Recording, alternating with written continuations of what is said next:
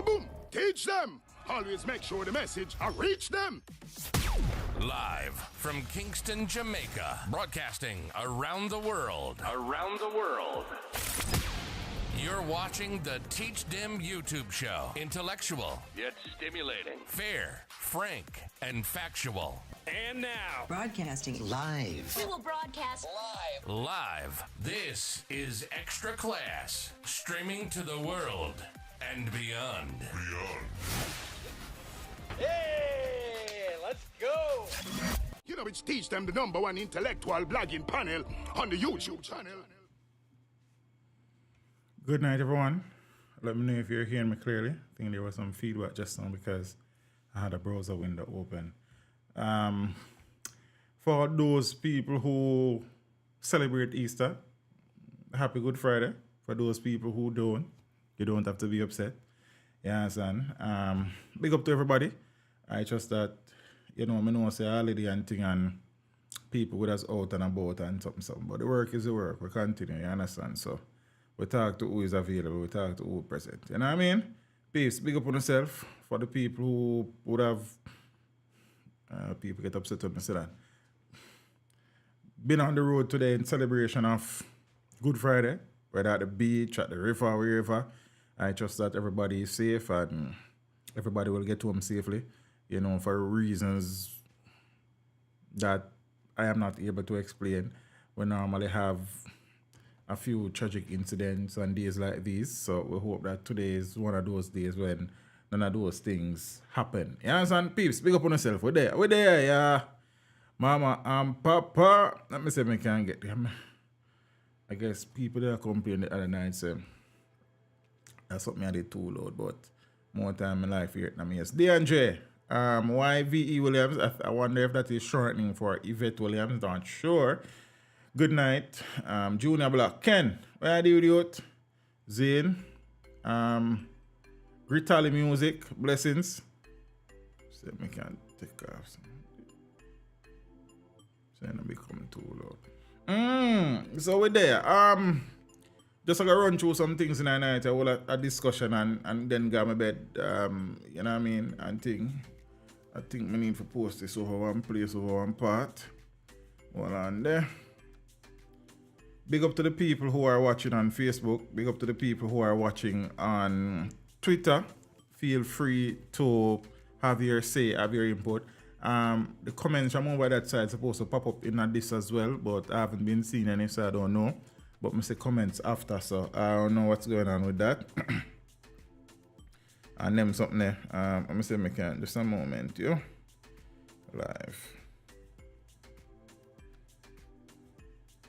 Okay, I'm gonna forget on my page to do that.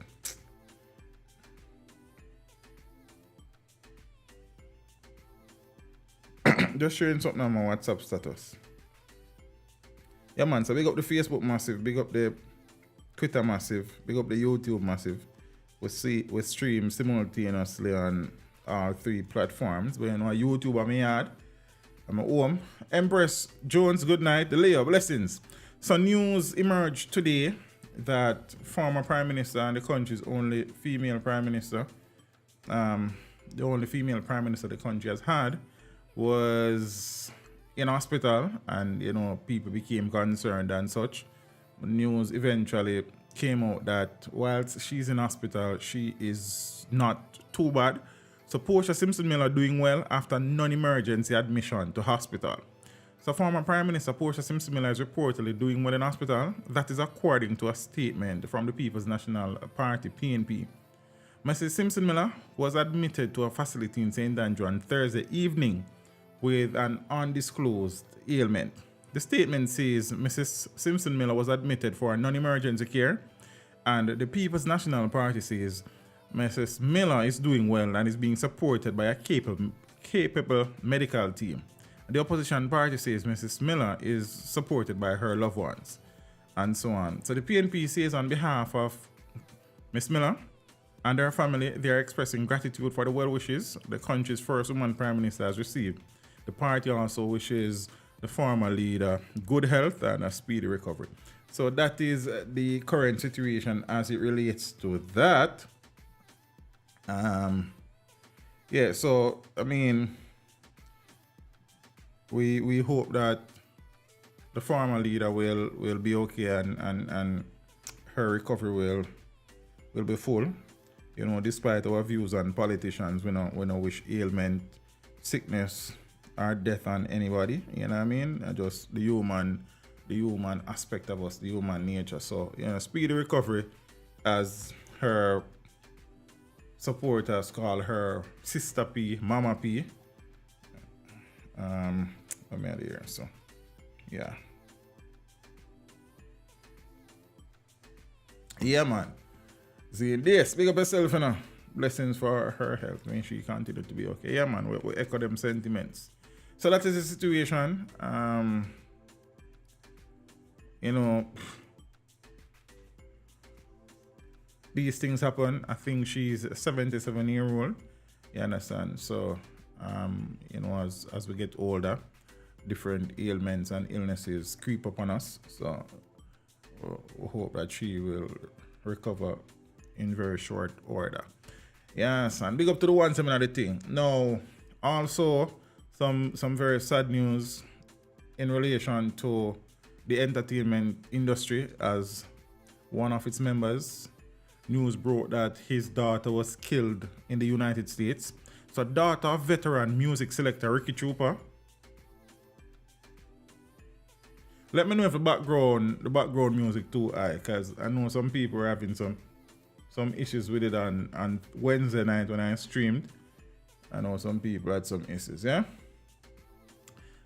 So the daughter of veteran music producer, music selector, Ricky Trooper, was found unresponsive on Thursday inside her condominium in Bridgeport, Connecticut. Police were called to the complex after 11:20 a.m., where 23-year-old Brianna Destiny McCoy was found unresponsive. Now, officers determined that McCoy appeared to have been fatally shot. Now, police further shared that McCoy's death is being treated as a homicide, revealing that she knew the suspect. And the Bridgeport police have since identified the suspect and have asked the public's help in locating him. Something strange about this article. Trooper, whose given name is Garfield McCoy, has, well, at the time of this publication, had not publicly commented on the situation. He has done so since. We'll get to that. But sources close to the family share that Trooper was extremely close to Brianna, who they described as the apple of his eye, adding that he did not miss a birthday or a special occasion. On Brianna's last birthday, which was October 24th, Trooper took to Instagram to share a photo of his daughter as a baby, which he captioned, "Happy birthday to my Gabby, Daddy love you endlessly." And Trooper representatives at the time could not be reached. So, firstly, let me take this. I haven't called him as yet. I assume that his phone is, you know, probably blowing up as various people would want to reach out to extend their sympathies. So I'll probably call him in a day or two, you know the thing. Though I haven't interviewed him as yet, we have had, you know, very good moments when we see each other in the streets, and that's a mutual love and respect. And even so, if me have him link and him daughter pass on, you know, we then reach out, set speed and thing. So Ricky Trooper thanks colleagues, fans for supporting difficult times. So as I said, he has spoken since that initial article was published. Now, following news of his daughter's death, veteran music selector Ricky Trooper has sought to thank colleagues and fans alike for their well wishes during what he describes as a difficult time. Has to be. In an Instagram live session on Friday, Trooper, who fought back tears as he recounted the closeness he shared with his daughter, said, "Things rough, but me I hold it." 23-year-old, well, we said that part already. So in a 7-minute IG live video, Trooper expressed gratitude to the public for the outpouring of love he has received since the tragic news emerged. At the first, my phone never clogged up, so people are calling from all over the world. It hot. Me I got through trying time, he said.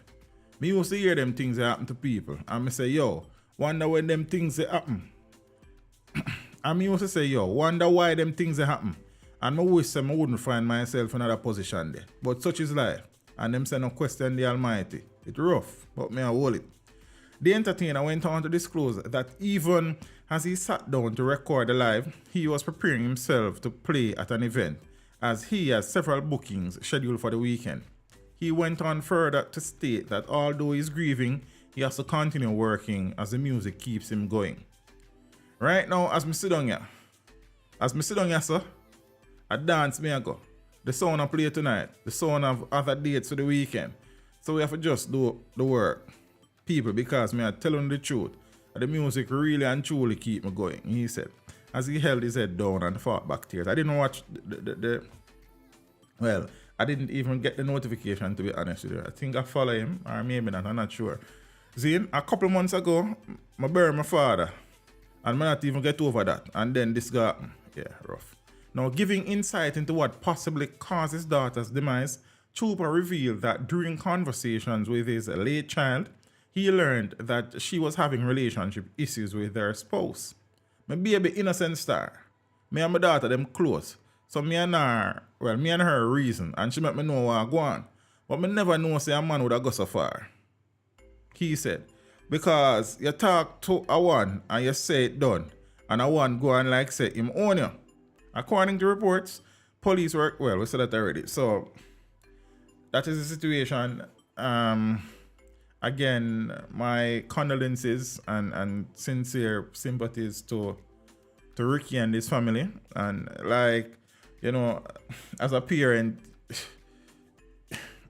how you process them things here, how you treat with them things here, I mean, has to be rough. So, whole strain BG, I know you're a warrior in the street, and I trust that the gentleman who is the suspect, he will be treated within the shortest possible time. Apparently, he's still on the run.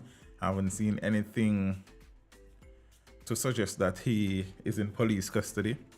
So apparently, you know, some relationship issues, yeah, and that is where it went. Apparently, she was shot. Yeah. Crazy. Damien, big up yourself, you know, bro. Appreciate it every time. Give thanks. Yeah, man. London boy, blessings, you know. Juice TV, Jamaica, blessings. And thing. Burying your father a few months ago, then having now to bury your daughter. Life is so hard. Every day we see guns. We got, and then the reality is that you're in Jamaica. The violence is not far from your doorstep. You have family members overseas. Then violence is not always far from their doorsteps either. So one of them things. Father Bachelor, big up yourself, you know. You understand? So it must be hard, man, and her family. And ah boy. Man them. Wanna stop the foolishness, no, brother? Yeah, so let me say, and as I've said and I don't know the details of the situation or the relationship challenges as has been said. However, it's another case where a relationship has turned fatal. Zane, we have covered many of those locally. We have seen many Jamaicans in the diaspora who has been involved in similar situations. Zane, and may I appeal to the ones them. May I appeal to the man them. Find somebody reason with, man. Zane, link a virgin, link a sister, link a family member. You understand me? I say, go play some ball, go play some video game, go listen to some music. You understand me? I say, walk away, brother. Zane,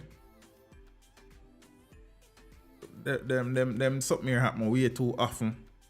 And the mentality of men, of us these days, is that we have this God complex where nobody can leave we and we own people pitney and as we always go, many times too, the issue lies with us because we start the problem and one thing lead to the next. I don't know. As me I say, I don't speculate, but it's a talk in general. The ones that need for reassess, seeing and man them. I could do better now, man. We always say we love women, you know. That me know as Jamaican men. Like, we love women. But then we treat women some type of way from time to time. You understand? We not kill what we love. I don't know about that. You see me? In any relationship, there will be issues. There will be disagreements. You understand? There will be rough times. Seeing, I don't know if there has ever been a relationship where it is smooth sailing from day one till death do us part, natural death, that is, you understand? So we need to learn to treat with these things. You see me? As Juice TV Jamaica say, Jamaicans blood to what? As it's a human thing, answer, cause I suppose these things that other places too, but me get what you say, bro, and not true you talk. You see me? We need to do better, man. You see me? Many of these situations that have resulted in fatalities as it relates to domestic and relationship issues, you know, have to reach there, so. You understand? As I said, call a brethren. Without calling a name, I may have mentioned this once in the past. There was a time when I subscribed off the channel. So, I mean, based on work commitments, him kind of not there on much these days. But, you know, I was home the day, and it was during some time when a lot of women were being killed in Jamaica by their spouse and estranged husbands and common law partners and stuff. And apparently he was having some, I know I'm not having an issue with me sharing this, I'm not calling him. Zane, he was having issues within his marriage, and I remember I get the call the evening, Zane, and he must have teach, you know, I need to talk to somebody, because right now, I load my gun because I eat this. You understand? So he had decided that he didn't kill his wife. Zane, and whatever after that. You understand? And me and the G all a reason. Zane, as in, me couldn't fix him situation, but as a brother, I couldn't talk to him and say, bro, that make no sense, you know. Then you kill her, then what's next? You understand what I'm saying? Where you go after that? What happened to the kids then? You understand? So the kids are going to lose their mother. The kids them probably are going to hate you as well. So, you know worth it, brother. Unload the gun and stash off the gun and them something there. And seeing, and it wasn't so, because somebody else teach gun. It must alliance. He wasn't in Jamaica. You understand? But I would have spoken about them something there so much and encourage the man them to call somebody, man. So he decided at the time to call me, and I am really happy that I was able to answer that call, because then perhaps I would have had to cover that story. I am happy that I didn't have to. You understand? So call somebody, and as men, we have this tendency. I am very guilty of that. I'm not too talk to people neither, to be honest with you. You understand? And I'll internalize and so I know it go. But once when the thing reach a stage where you feel like you reach a breaking point, talk to somebody, man. You'd be amazed as to the bird where that kind of lift off your shoulder and the perspective what that might give you. Zane? And you know, make you less of a man for talk to somebody. You see me? A stronger you get, as a matter of fact. Because the whole of we have weaknesses, you know, the whole of we have breaking points. You see me? The whole of we are capable of doing bad things in moments of weaknesses. Yeah? So the ones there must be at least one person where you feel comfortably enough talking to. You understand what I'm saying? And some of the man them, especially if it's a situation where the Empress cheat, you understand, enough man really want to talk about that because of our ego. Zane, brother, 3 things are appointed unto every man: taxes, born, and death. So the so things set up. You have to just know, say, it might come, must come, because you have Empress out there when I violate certain orders and now step out of them relationship and I go stay firm within them principles and morals. But at the end of the day, tax, debt, and some born, like, you don't feel like you're incapable of getting that, and that's one of the next part, I think. Someone will feel like, oh, we're the biggest gallus in the world and no woman never. Brother, then if you make a woman a give your man bun, why you feel say a next man can make your woman give you bun? You can't get it too. You understand? So somehow we react differently to these things. Some man not talk about it because them ego bruise and them just want blood. Again, I am not a relationship counselor, but you can't call me, man. You may not get me still, but call me again. Call me till you get me. You understand? Send me a message to and then send me. But call somebody, man. You understand what I say? Talk to somebody. I am suggesting that if the gentleman who is the suspect in this situation, if before he do what he did, if him did have a converse, as I get me, I don't know the specific circumstances, but if it apparently it has been ongoing and it reached a flashpoint on Thursday, if he had spoken to somebody where was willing to listen to him and to encourage him to leg off of certain things, then Trooper probably wouldn't be mourning now. You understand what I say? So again, man them. Find a way, man. I could talk about it sometime. You see me? And don't feel like certain things can't reach you. It will reach you. And that's one of the things too, because we feel like it can't reach you, that influence our reaction when it reach you. Because what? Me? Yeah, man, it will reach you, man. I say, man. Done there. So, yeah, but we don't too dwell upon that tonight. No man no bigger than bun. You understand? No man is bigger. And on a Good Friday, yeah, bun and cheese business, no man bigger than bun. You see me? Any man can get that. Ask Will Smith. So I'm stay there. Even know I go on. You see me? The sadness continues. Even before the news broke about Trooper's daughter, news broke, I think it was yesterday, that, yes, Thursday, a 13-year-old child was fatally stabbed in Westmoreland. Still, I'm not even sure of the full details about this, because to be honest with you, I'm not even seek out the full details. I see one little article and I say I'm going to script it to talk about it, because the 13-year-old female who was stabbed to death in Westmoreland has been identified by relatives as Kamaya Jenkins. Jenkins, who was a student of the Spot Valley High School in St. James, is said to have been visiting relatives for the Easter holiday. Reports are that on Thursday afternoon, there was an altercation between the teen and another female when a knife was brought into play. Jenkinson was stabbed in her upper body. She was transported to hospital where she was pronounced dead. And Jackson is said to have been a fun-loving person who always wore a smile and was very interested in her school. Her attacker is said to be in police custody. I'm sure. Yeah, moonshine. Me get that, man, and that is true, Zane. But is it worth it though? You understand what I say? I don't know. There are many men who are serving time now who would have killed their spouses, and women who would have done the same thing in similar situations because of heartbreak or jealousy, so to speak. I am sure majority of them are living with regrets. You understand what I say?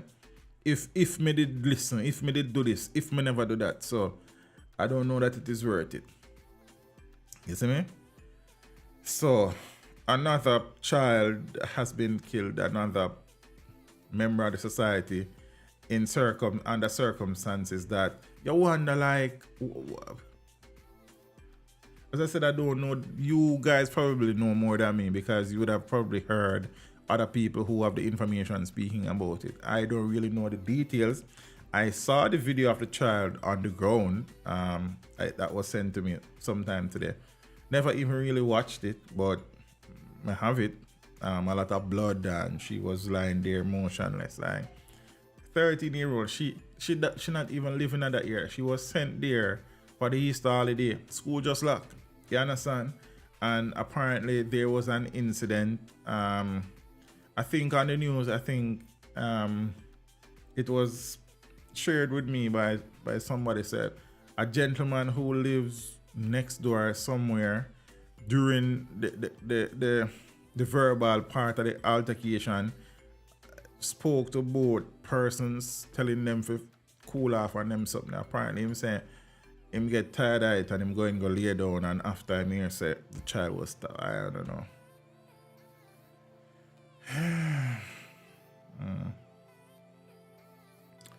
Sad situation. Sad situation. There are suggestions again running around and circulating on social media as to what led to it. And again, I don't know. I wasn't there. I haven't spoken to anybody who was there. Don't know any family members. The police have not stated same. So, you know, all I know is it's sad. Zane, another child whose potential was probably limitless. Yes, and we don't know. There was another story where a young lady from, I think, Papine, in the Papine area, she killed herself. YouTube don't take kindly to suicide conversations, discussions, or stories. So, but apparently she was acting strange for a few days and telling her mother that she was hearing sounds and slit her wrist and a number of things until they found her hanging from the ceiling in the bathroom or somewhere in the bathroom one of them days. Some people are crucifying the mother, saying that, you know, the signs were there, she should have sought help. So I don't know. Sometimes the parents are also going through their challenges. You know, like I posted something the other day on my, I think Thursday, on my WhatsApp status. You understand? And it was basically saying that, you know, like everyone else, I fight my battles every day. Some I win, some I lose. You understand? Some days are better than some, but we still keep fighting. And that is how I was feeling at the time. And you won't know my frame of mind or state of mind from social media. I try to separate my life, myself from that. So generally you don't know. But I think at that point, that day, I was just kind of in a local zone. You know, and sometimes you just need to get out some things. Zine, like, you know, sometimes people call you and them not get you. Them feel like you're hype or you're reject them, you know, answer them. Like, I can't always be available. I have my own battles fighting every day, you know. Just like you, just like everyone else. You understand what I mean? I say? So some people think, look on and think, oh, him life perfect, him this, him that, him. No. You understand?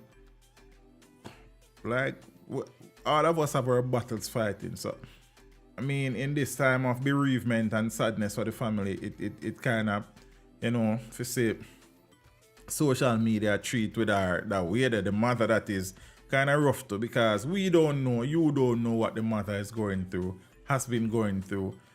We don't really know what has been. They were saying that the child, you know, there have been a few times that she has run away. For whatever reason was not stated, but she normally come back home, and when she come home, she's okay and stuff, and it's sad. You understand? And many children within the population, within the society, are going through some stuff that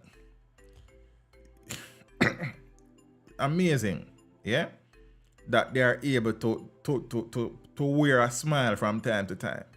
You understand? And again, sometimes the youths them just need a listening ear. Somebody to talk to, somebody to bounce off an idea off, a hug, an encouraging word. You understand? Oh my lord, it wicked local and abroad. The youths them is it so hard? It's a very steep road. So many big tune. Trench Town. I want to tell you something. I asked for that song that the other day in my link, Chuck Fender. I mean, I want it. Me not get it yet, but me I look for. You understand? It's rough, brother. Rough. Sad. See, I'm going to say I can pull up that story, the submatter, because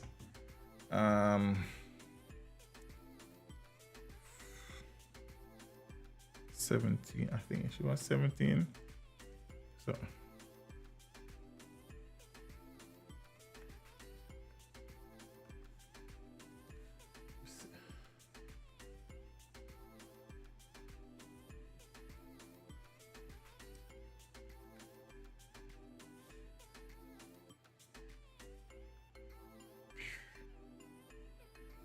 now, so the recent incident compass. Let's see so many suicides are going on in the country. But man, that go on. As I say, YouTube don't normally videos about suicide are flagged as age restricted and not monetized and stuff. So I tend to not do a lot of stories out like those guys. And at the end of the day, it's sad. I've known people who have taken their lives. Zine, and as I said, people, you understand?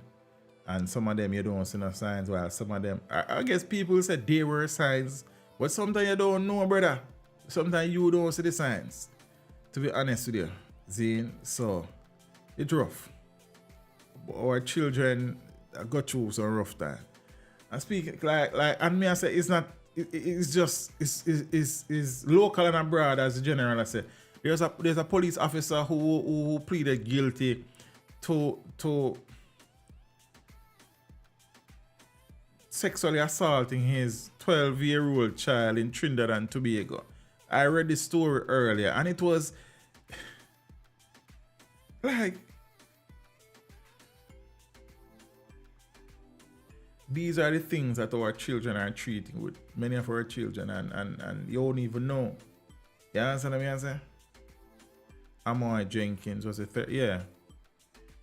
Jenkins, I think the article is saying, I think it referred to Kamoy. Well, Kamoy Jenkinson, this article is saying, so I don't know Moonshine, but thanks. Yeah, man. I know, like, we're living in a crazy world. You see me? Yeah, and you know how the Trinidad situation worked. He videotaped one. I'm not sure how many of the instances of him abusing his daughter. Policeman, you know. He video recorded it, and apparently his wife found the video recorder and watched it. When the wife watched it, first she has said the person looked like her sister. But then when she watched it again, she said, nah man, I'm a daughter this. So she made a copy of the tape and gave it to her pastor. The pastor made a copy. Then she confronted her husband. Then initially one denied, but then I guess the tapes came into the, well, I don't know, but she asked him to leave the house. He did. He took the video recorder, so apparently he never know. Say a copy was made, and it was, I think the pastor gave it to somebody who gave it to the police. So it's crazy. But teach them, sometimes our conversations need to go beyond howdy. You might be surprised when you, and yeah man, which is true.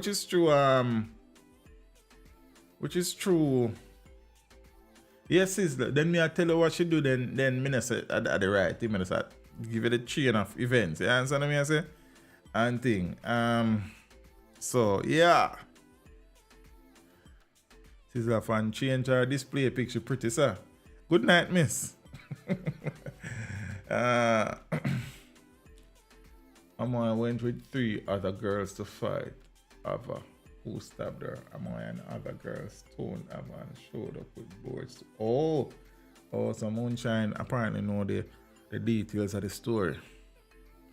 Yes, ma'am. So he will be sentenced on the 3rd of May, somewhere thereabout, I think, if memory serves me correctly. But I think the article was published in the Observer, so you probably can find it there. Zane. But it just sticking in my mind because I see it and I say, nah man, let me read this. I say, nah man, Apparently the first time he raped her, she was 12. She just came in from classes. There was another time that she just showered. Whole heap of things. Like crazy. So he did it multiple times.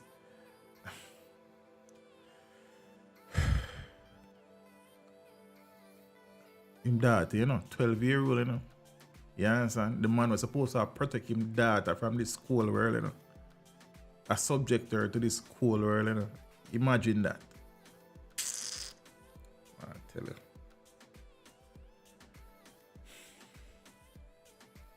I spoke about this. No, not this one. Not true.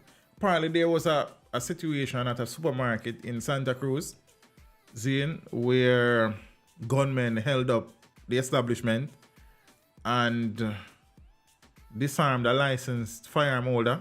His weapon was taken and thing. However, and apparently they were trying to break into a safe, but they were unsuccessful. News emerged though that a suspect in said robbery turned up at hospital with gunshot wounds. I don't know where him get it. I don't know if the licensed firearm holder was able to discharge his weapon. I don't know if it was friendly fire. I don't know if it's him shooting himself. But it says police are reporting that a man believed to be one of 5 gunmen who held up and robbed a licensed firearm holder at a supermarket in Santa Cruz on Thursday morning turned up at hospital with a gunshot wound to his foot. It is believed that the man, it's in the article, it is believed that the man accidentally shot himself during the robbery. It is believed that the man accidentally shot himself during the robbery.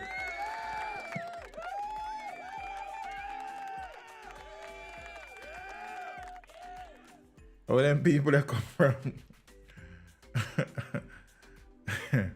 on Main Street in the town. So a police source confirmed the incident, which reportedly happened about 7:30 a.m. It is reported that the licensed firearm holder, who is said to be an employee at the supermarket, was disarmed by the robbers who made off with his weapon.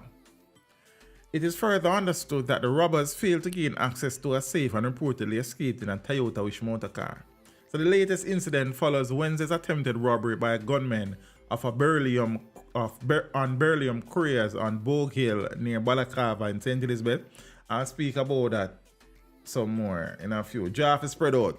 You know, some not care over spread out audio over here so yet. Me need to do it, Me need to do it. I was thinking about it the other day, but I get road to it yet. So apparently he shot himself. I am happy that the licensed firearm holder was not killed though, because many of these stories, that is normally the outcome and these things. So yeah, man shot himself. So since I'm for press it again. No. Yeah, sad. Kurt Vin, blessings. You see me? Another story, passenger shot during alleged confrontation with police on Maxfield Avenue. A passenger was shot during an alleged confrontation with police at a checkpoint at the intersection of Maxfield and Balmoral Avenue on Wednesday night. Now, according to head of the Public Safety Enforcement and Traffic Branch Assistant Commissioner of Police Gary McKenzie, about 9:15 p.m. on Wednesday, members of the branch, acting on information, conducted a vehicle checkpoint at the intersection of Maxfield and Balmoral Avenue. Reports are that the police saw a Probox taxi motorcar approaching and signaled the vehicle to stop. While they were conducting investigations, the passenger in the vehicle allegedly brandished the firearm and opened fire at the police. An officer returned fire and the passenger was shot. The firearm was reportedly retrieved. What I have noticed in the past is that persons have sought to take public passenger vehicles in a bid to transport firearms and other contraband. And as such, we are onto it. That we carry out our enforcement responsibilities to keep Jamaica safe. So yeah, that. Apparently they were acting on information. Checkpoint set up. The passenger brandish firearm as per the report. Open fire, police return fire. passenger was hit, firearm taken from him. You understand? I don't know the state of the man. Was he killed or is he in hospital? The article never mentioned it, so I don't know. So, you know, I am wondering how they don't try King Alarm like that. I don't know. Thwarted. So we spoke about this when I streamed on Wednesday evening. That Beryllium, since them changed their name from Guardsman, has been having a rough time, a tough time of it, as some very high profile incidents, in some of which have included security officers losing their lives and millions of dollars stolen by criminals. Zane, Beryllium security team evades armed robbers in St. Bess. So there's more information. At the time when I was talking about it on Wednesday, there was very little info, just that the attempt was made, the drivers managed to evade the roadblock. Seeing the vehicle was shot at, but no injuries were sustained. So a brazen attempt to ambush and rob a cash in transit vehicle owned by Beryllium Limited along the Bogue Hill Main Road in St. Elizabeth on Wednesday was thwarted after the security team breached a roadblock set up by armed criminals and sped away under a barrage of gunfire. Teacher, I think social media help with depression. I have no doubts. That's the next story for you next time though. But definitely not. There are studies have been done that shows the negative impact that social media have and how it affects the self-esteem of teens, especially and kids, Zane, especially when they see things where other people in them age group are do what them can do or have what them can have. And people in their age group being very popular and they are not on one whole heap of things. You understand? So there are studies that actually speak to that. But we could treat with that part I think at first. But very good point. As a St. Elizabeth-based police officer who was part of the police team which responded to the incident said that the incident occurred about 1 p.m. The Beryllium team were reportedly traveling along the Bogue Hill Main Road towards Balaclava when they came upon a suspicious looking vehicle which was positioned to block the roadway. As they were trying to squeeze between the little space that was left between the vehicle that was partially blocking their path and the side of the road, they were fired on by men who were waiting in ambush, said the policeman. The criminals gave chase, but they, the Beryllium team, drove to the Silo police station, I think that's what I pronounce, where they made a report. After being given the description of the vehicle in which the criminals were traveling, the police launched a search in several surrounding communities, but the would-be robbers were not located. Now, Lieutenant Commander George Overton, Director of Operations at the Guardsman Group, under which Beryllium falls, expressed relief when he spoke to reporters late Wednesday. The robbers, were not successful. There were no injuries, no losses, minor damage to the vehicle, said Overton. There was an attempt to block the road. They were able to evade the roadblock and the criminals shot at the vehicle as it escaped. Now, Wednesday's incident followed on the heels of 2 other attacks on Beryllium teams as they were in the process of servicing ATMs in Portmore, St. Catherine in February and March. 3 guards were shot in each of the previous incidents, one of whom died in the first instance. The thieves reportedly made off with a combined $33 million in those attacks. On Tuesday, the police reported making a breakthrough in the March robbery as one man has been charged with 6 others, while 6 others are in custody. Now, robbers had also previously attacked a Guardsman armored vehicle in St. Elizabeth in March of 2021, killing 1 security guard and injuring 2 others in an early morning robbery attempt. I remember that very well. According to reports, the guards drove up to a cambio along Main Street in Santa Cruz when they were attacked by gunmen who subsequently fled in a white Honda Civic motor car. Now, teacher, look like the IS was armored. You didn't look so. I saw a video of the vehicle, but no close up. So I don't know the type of damage that was thing there. These licensed firearm holders working as security guards needs professional training on how to perform their duty. Most of the time it is sloppy and disregard of professionalism that causes them harm. That's a very good observation. Texas Radio. Very, very good observation. Now, if you go back to this article that says the men blocked the road in anticipating the arrival of the Beryllium team, it would suggest, again, like all previous incidents involving Beryllium, that the information that the criminals are operating on or from is inside information. How did they know the time that this vehicle was going past? How them know well, I guess them probably know the road still, but the time, I don't know. However, everybody who was observing, well, most people who have been observing the recent spate of attacks against the company's security guards have suggested, conversations have been had, that there seems to be a mole. Somebody inside that provide information. Zane?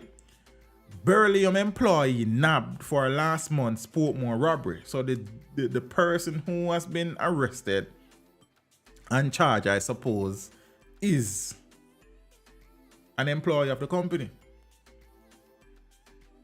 So put it this way, is your co-worker cause your death? You get what I say? Is your co-worker cause your near-death experience? The police have confirmed that another person has been brought in for questioning in relation to the brazen daylight attack on a Beryllium security team in last month's multi-million-dollar robbery in Portmore, St. Catherine.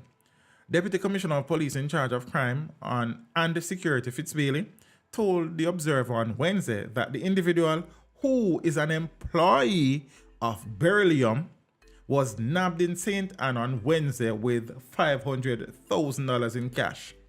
This brings to 7 the number of persons who have been taken into custody in relation to that incident. Of the six previously held, one man is facing 12 charges resulting from the Sunday, March 19 attack on the security team at Scotiabank's Portmore branch. The security company's crew came under heavy gunfire while they were about to go and service the automated banking machine. The robbers made off with more than $23 million. DCP Bailey stressed that the police are using all its investigative skills and techniques and other resources available to ensure that those who are involved are brought to justice, and so on and so forth, and these things. Yes. Yep. Whilst the robbers seem very organized and possibly trained, it would, from any observant onlooker, appear that they were operating off information, the timing, the coordination, these things. So this is possibly one of the link. Yeah.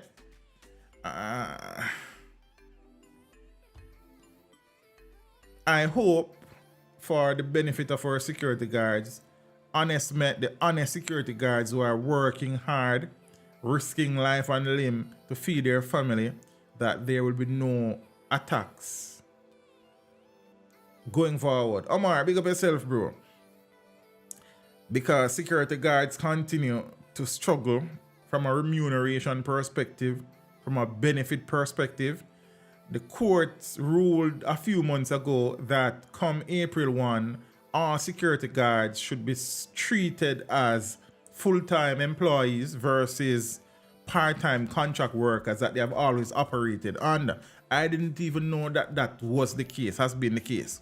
Zane, I posted a video yesterday from security guards from Marksmen and the Guardsmen group who were at the Ministry of Labour trying to get the ears of the Minister of Labour and Social Security, Carl Samuda, to treat with the fact that April 1 has gone and there has been an attempt, allegedly by these companies, some of these companies, to have them sign these contracts, giving up their years of service and some other stuff. See? So the plight of the securities continue, whilst some of these companies are operating in ways where their lives are at greater risk, just based on recent observations. Guards employed by guardsmen and marksman security companies filed into the Ministry of Labour and Social Security office on North Street in Kingston on Thursday morning, calling for an intervention with issues affecting their contracts. I think Samuda did an interview and he said some things with the security them not like since. And I mean, I have the article, we probably need to look for it. According to the security guards, they said they are being forced to sign a new contract with very little benefits in their favor. They highlighted that signing the new contract would be equivalent to signing away benefits for years of service. I really want to know why security look upon that contract and sign it, because that contract is rubbish. No contract no go like that. When they normally give us contract to sign, it's a 3-piece contract. They always keep 2 and we get 1 duplicate for ourselves. And now 13 pages of rubbish and you don't get nothing for yourself to prove that you sign anything. They keep everything. That is foolishness. We cannot sign to that, one security guard said. Another security guard who identified herself as Stacyan said she refused to sign the new contract and called on Guardsman Group Limited boss Kenneth Benjamin to provide money that was due to her. I am with the company 11 years now, and yesterday I went to work and they pulled me from the location that I must not work. Well, that is what the article says, and I'm right. I work with Marksman Limited. I was still on the compound because I never get logged out. And when I signed out last night, I see that I was logged out from 7:24 yesterday morning. So I am here today protesting. I want my rights. I want what is legally mine. I am not asking for any of his money, Mr. Benjamin. I don't want any of your money. I want my years of service and everything. I am not signing. So please, I need my termination letter. That is it, she said. Now, as I said earlier, a Supreme Court ruling was handed down last September for security guards to be regarded as employees and not contract workers. The ruling became effective on Saturday, April 1st. However, there are still concerns about the terms of the new employment contracts offered by security companies, and based on this, some security guards have refused to sign. So the guard said that companies have warned that failure to sign the new contracts would result in them not being allowed to work. The video that I posted yesterday having a lot more information than this article, because everybody who spoke, well, except Vincent Morrison, who is a trade unionist, the other people who spoke are actually security guard, and they were able to very eloquently express their views on the issues and why they have not signed and why they don't intend to sign and all of these things. So whilst the Supreme Court has ruled that they are now seen as full-time employees versus contract workers, people are asking now, why is the ruling from the Supreme Court not being observed, and why is it that the Ministry of Labour not putting things in place to ensure that there is compliance from the security company based on the ruling of the Supreme Court? Zane, so hold on, let me see if I can find the article from 25-year-old charge of shooting Trulani businessman. I guess that new firefighter Leo Bennett demoted. Oh, that is a gentleman that protested in half a tree. 2 injured in an over crash. Samuda, no renegade action. So this is the article. So me I read over here, so me I go turn that side. I need to get back one camera up here, so a second angle. Labour Minister urges protest. Alright, I'll remove this, come over here so for the time being. Instead of me twist my neck over there so like my neck crick.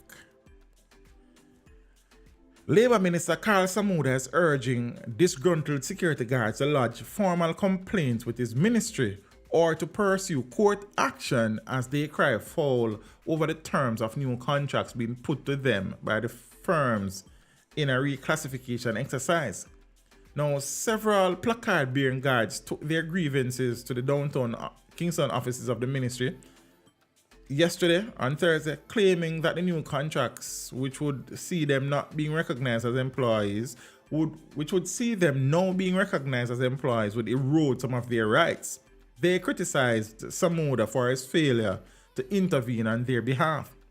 The restructuring comes on the heels of a landmark ruling last September that the guards are employees and not independent contractors, as they were being classified by a marksman after the National Housing Trust took the firm to court over unpaid employers' contributions on behalf of the guards. So they have not been paying over monies taken from the salaries of the guards to the NHT. So NHT carried them to court.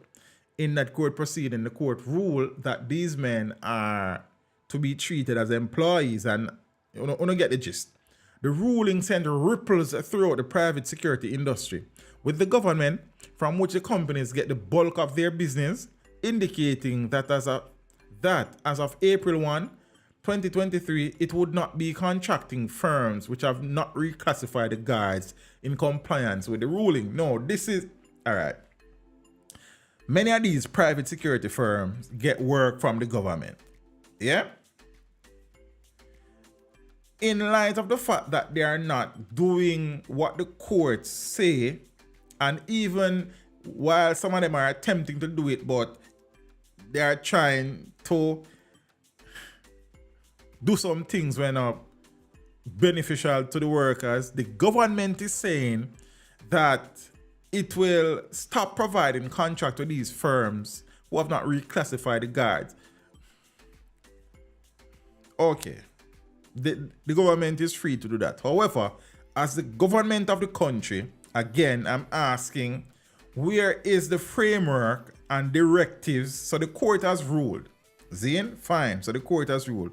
But what type of framework and directive has been designed and given to these security companies to say, as a guide, as this is the way forward? So the court rule and the security companies are left free to just operate with impunity and all they want. I know people say teach, but yeah man, a private security them here, yeah, me get that. But private companies still have to operate under the rules and laws of the country, innit?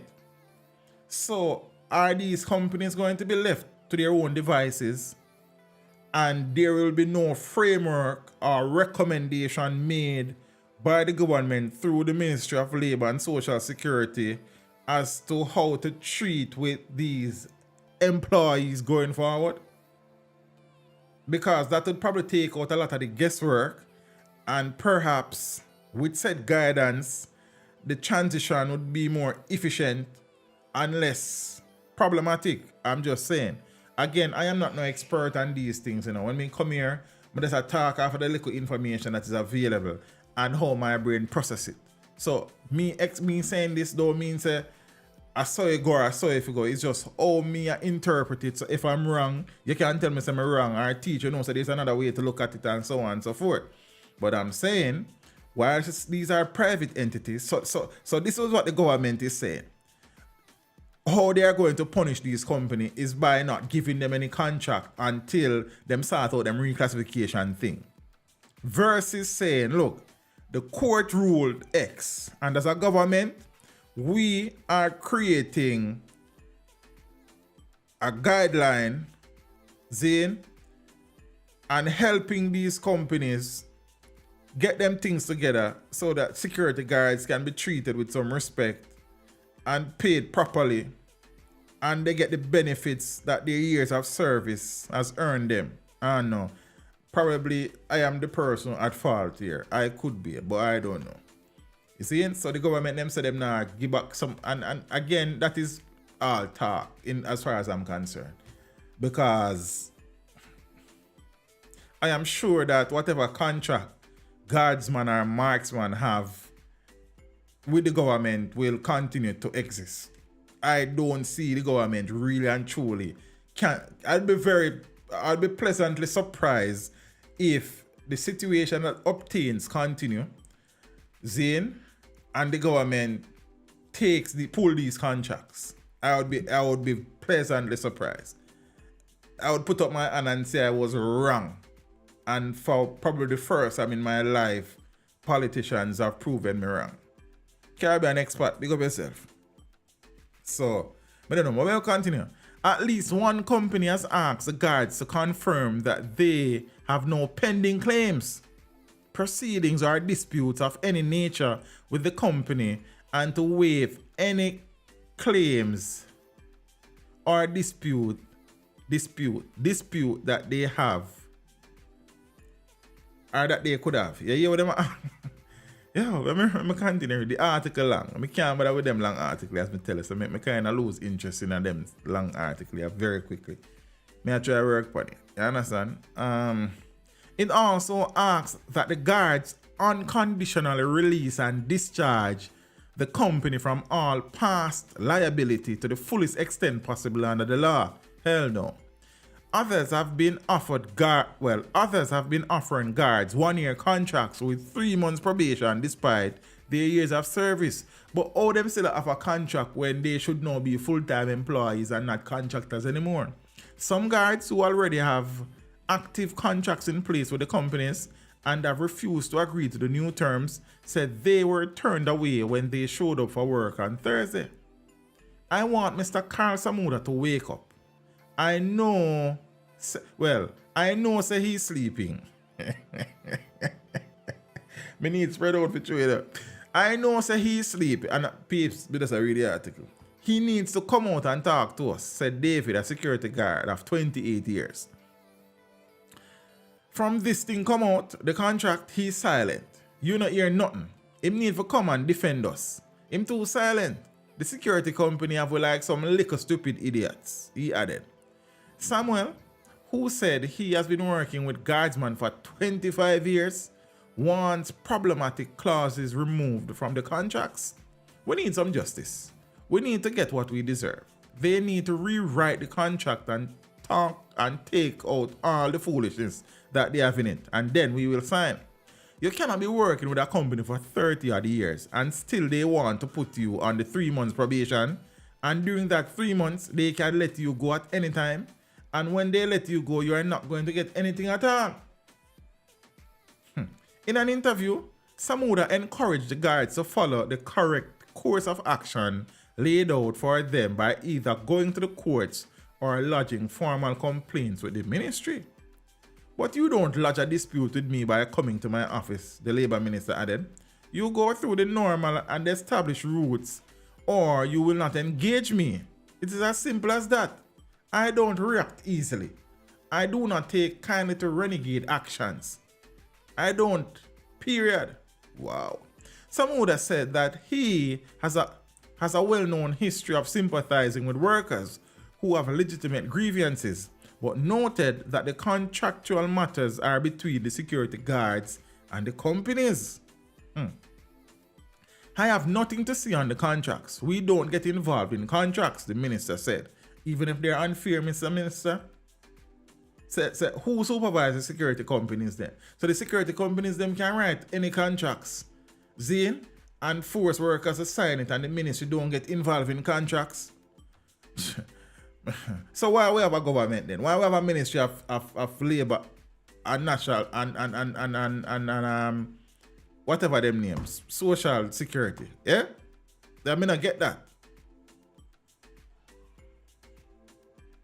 I understand. So yes, a private company, and just me get that, and the private sector is the private sector. I understand that. See, and these are not government paid workers. Me understand that to the fullest. But this is my question, and again, perhaps I'm asking the wrong question. Are the security companies, despite the fact that they are private entities, going to be allowed to operate with impunity, do as they wish, abuse Jamaican employees, and the ministry don't get involved because a private something? No, that's ask a simple question. You understand? So I may be out of my depths here, because I am not a trade unionist. I have not been involved in any industrial negotiation or at the industrial tribunal or the Ministry of Social Security and Labor, or Labor and Social Security. I don't know. So I'm asking, yeah.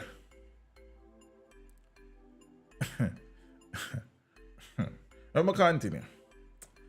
So I have nothing to say on the contracts. We don't get involved in contracts. Right, so fair enough, we get that.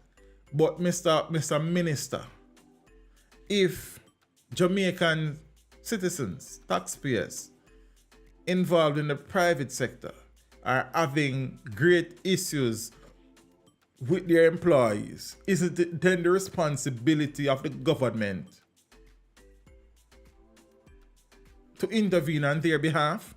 Or is it that just the job of their unions? No. Private Security Regulation Authority. Yeah, man, I understand that there's a governing body there enough, you know. I get that. I was probably just being cheeky when I asked the question. Zine, me get that.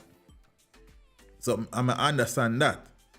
But it comes a point, though, where even though it's private sector, if the situation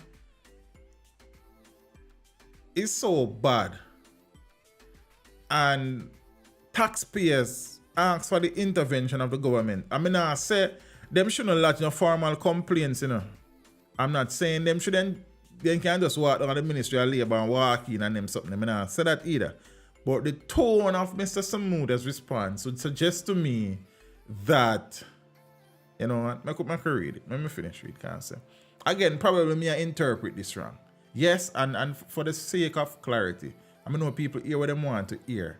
I understand that these security firms are private. I understand that these are not government employees. I get that. I understand that the Supreme Court made a ruling from September of last year saying that all security guards, once employed, should be treated as employees as of the 1st of April 2023 and should no longer be deemed as contract workers. Zine? And being an employee, there are certain benefits that comes along with that. Also, you can have a man who work with you 25, 30, 35 years and you're reclassifying and automatically those 20, 35 years go through the window, those years of service. That can't be fair. That is highly unfair. And whilst there are private security, there are private companies, the Minister of Labor administers over or have jurisdiction over the laws of the country which governs labor. I am assuming, whether in the public or private sector. And if there's an issue where workers feel so aggrieved and they're asking for the assistance of the minister in whatever capacity he can, why shouldn't assistance be rendered right through the right channels? I get the part there, but the tone kind of, but maybe me tone deaf, I don't know still. And again, I may be in the wrong here, you know, I'm interpreting this, Zane, but sometimes it's not what they say. Well, no time is not what they say, so it is said, I suppose. See me? So, yeah, all right. I can't prevent them from demonstrating. I can't prevent them. That is between them and the company. That is not between me. That is not between them and the Ministry of Labor. The Ministry of Labor cannot intervene. Okay, may I listen?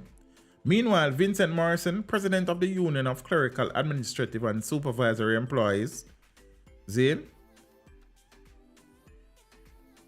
while emphasizing the rights of the guards to voice their discontent, also lamented the short time they were given to peruse the new contracts.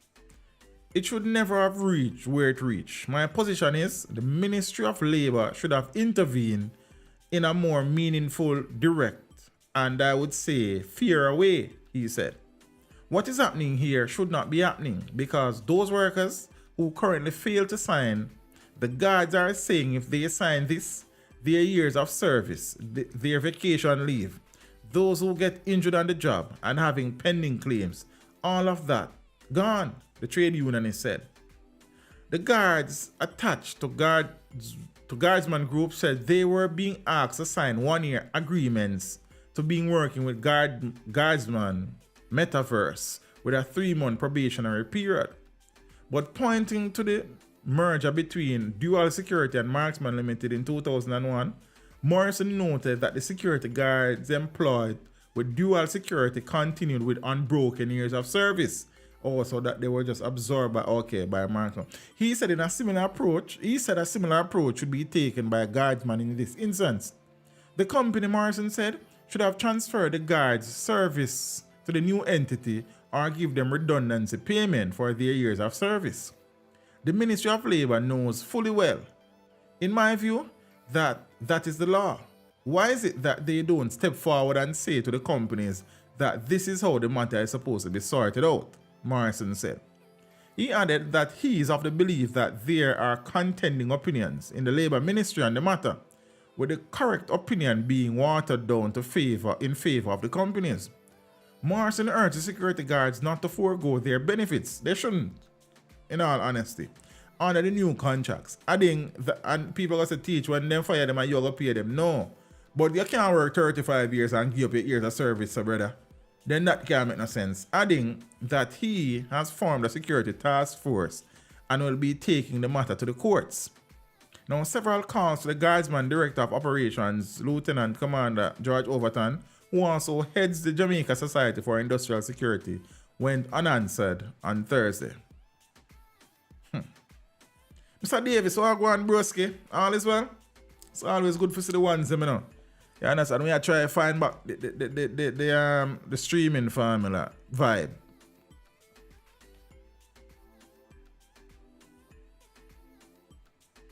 Do you know that all security guards in the United States, they are on their own? It's what you put in. It's what you get. Oh, I didn't know that. You understand? But did you know, Mr. Blair Boyd, that on the 21st of September 2022, the Supreme Court of Jamaica ruled that all security guards employed to whatever security company in Jamaica should be treated as an employee and not as a contractor? So I didn't know the United States situation. Did you know the Jamaican situation now? So yeah. Security guard work in these times, very rough. We have seen where many, separate and apart from the Beryllium situation, many security guards have died in the line of duty. See me? The conditions under which they work sometimes are poor at best. The remuneration is not great. The benefits are not great. And then you want a man to work 35 years and in years of services just disappear. I can't agree with that at no point in time. You understand? And as I'm saying here, whilst the Ministry of Labour is saying that these are private companies, I get that part, fully, wholly and solely. I'm just saying, based on the level of the discontent and disquiet among security guard and their employers,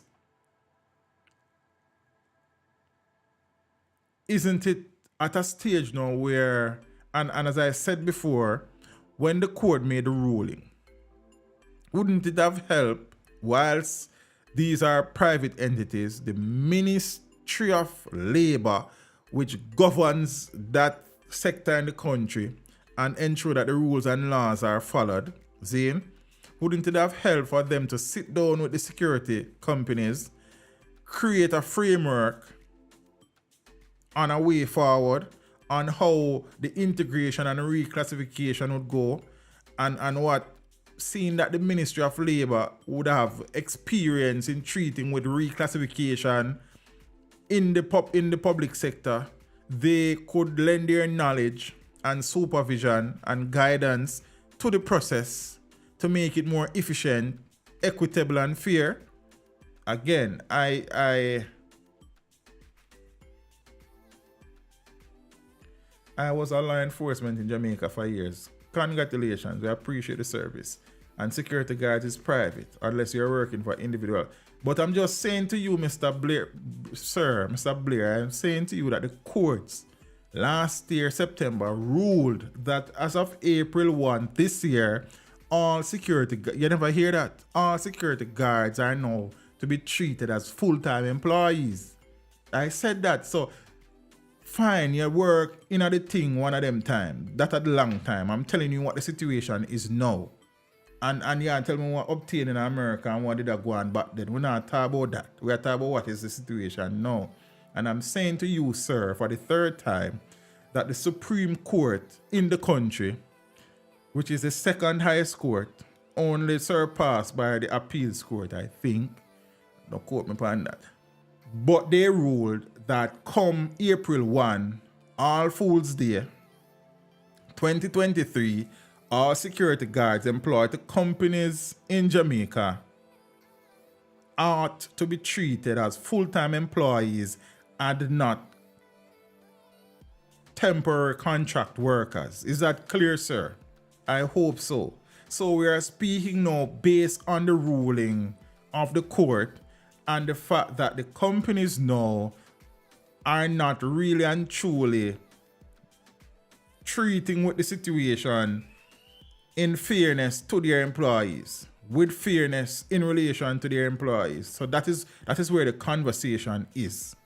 So irrespective of what obtained in the past, that is not where we are. We are here now in lieu of the ruling of the court and the situation as is at this point in time. So hopefully that was clearer and you are of a better understanding now.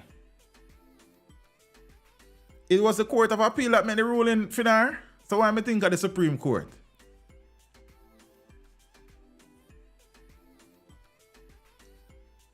Nah, man, a Supreme Court ruling, Finar, a Supreme Court ruling was handed down last September for security guards to be regarded as employees and not contract workers, which became effective on Saturday, April 1. So it wasn't the appeal court bill. Based on the article in the Observer, it was the Supreme Court. You understand? So, I don't know. Right, so, but me say it, I don't understand. But I could move on. You understand what I say? So that is the situation. As I said, I posted a video yesterday with some of the security guards and Vincent Morrison sharing their perspective on the issue. It would be good to hear guardsman and marksman's perspective as well.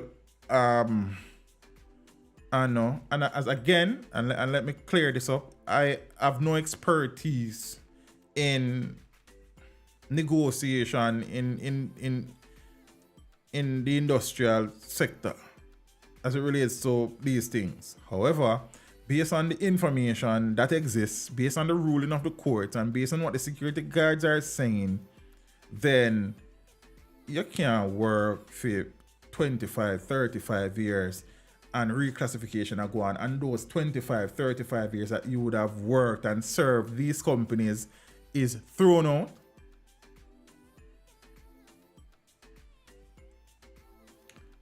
I don't know.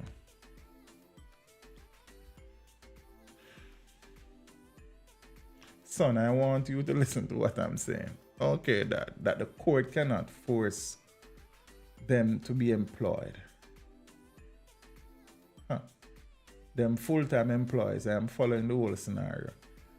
No, further, it is my understanding. So the court can't force them to employ anybody. However, if they so choose to employ somebody, they have to do so under the provisions of the laws of the land as stipulated by the Supreme Court.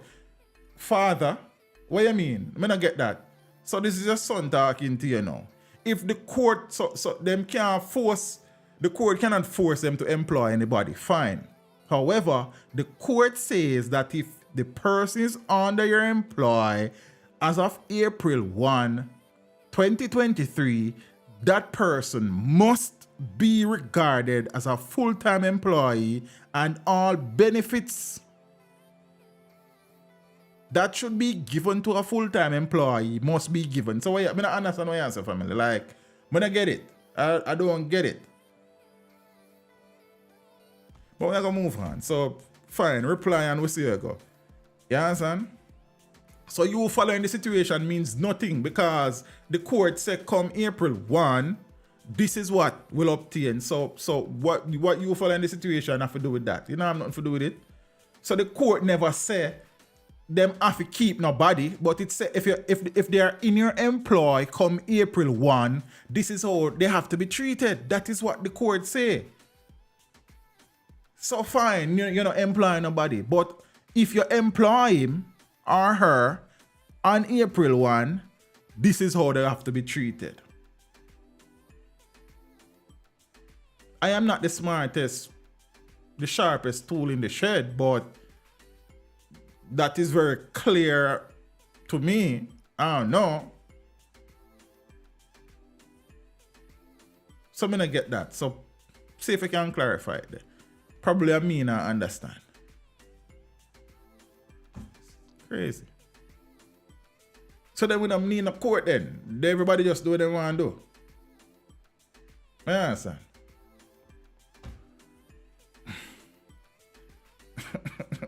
Sean Campbell, big up yourself. And Gary Brown, manners and respect your family. Yeah, man. You know the thing go. Gunman kills Triggerman in 2022 Manchester murder. You don't understand that? So a man who was believed, the Observer should have the article via their online page. You should give him the link teach. No man, he can't find him, man. You understand? Even if they want to let go of those guards, the security companies have to pay them vacation money and redundancy money. Yeah, that is it. As Vincent Morrison had made that clear as well. So if you're going to terminate, you have to pay them up. See? All right. So a Manchester murder case was reportedly cleared up posthumously after the main suspect was killed by a gunman last Tuesday. Tina Stewart, a 29-year-old construction worker from Caledonia Boulevard in Mandeville in the parish, was killed a year after a murder he was suspected to commit in March. Something wrong. Was killed a year after a murder he was suspected to committed in March 2020. I tell you what the article is about. Let me see if I can fix it up. After a murder he was suspected to have committed in March of 2022. So I'm open to understand that now. Stewart was being sought for the death of 26-year-old Javel Diaz, otherwise called Punchy, a truck driver from Mayday District who was shot dead on March 20, 2022. Now, reports are that about 2:10 p.m., Diaz was at home when he was allegedly called out by someone. He went outside with his 6-month-old son but returned inside with the baby. He returned outside and was shot several times in the head. The perpetrator then fled in a waiting grey Toyota Probox motorcar. Diaz was rushed to the Mandeville Regional Hospital where he died. Now, police report at about 9:25 p.m. last Tuesday, Stewart was shot by a gunman while at a candlelight vigil in Sweden Street, Georges Valley, Manchester. He was pronounced dead at hospital. The matter was cleared up posthumously after witnesses positively identified Stewart as a triggerman in Diaz's killing last year. Looking at the hotel industry in Jamaica, people working there for years, they are not getting any form of compensation. But we are not looking at the hotel. Why do we?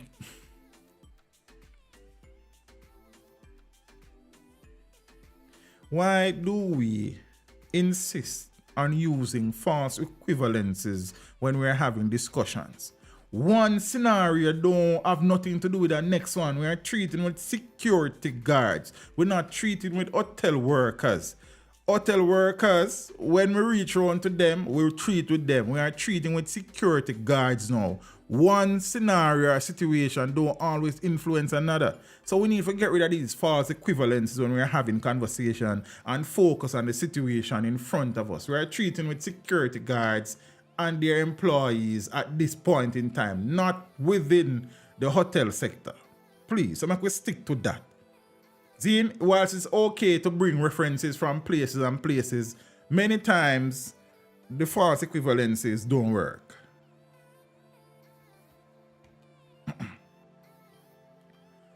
Right, so him did wanted to kill one next man. Him did a candlelight vigil and them kill him, and that's that. Jamaica Constabulary Force says 115 crime influencers arrested island-wide. Crime influencer. That's strange.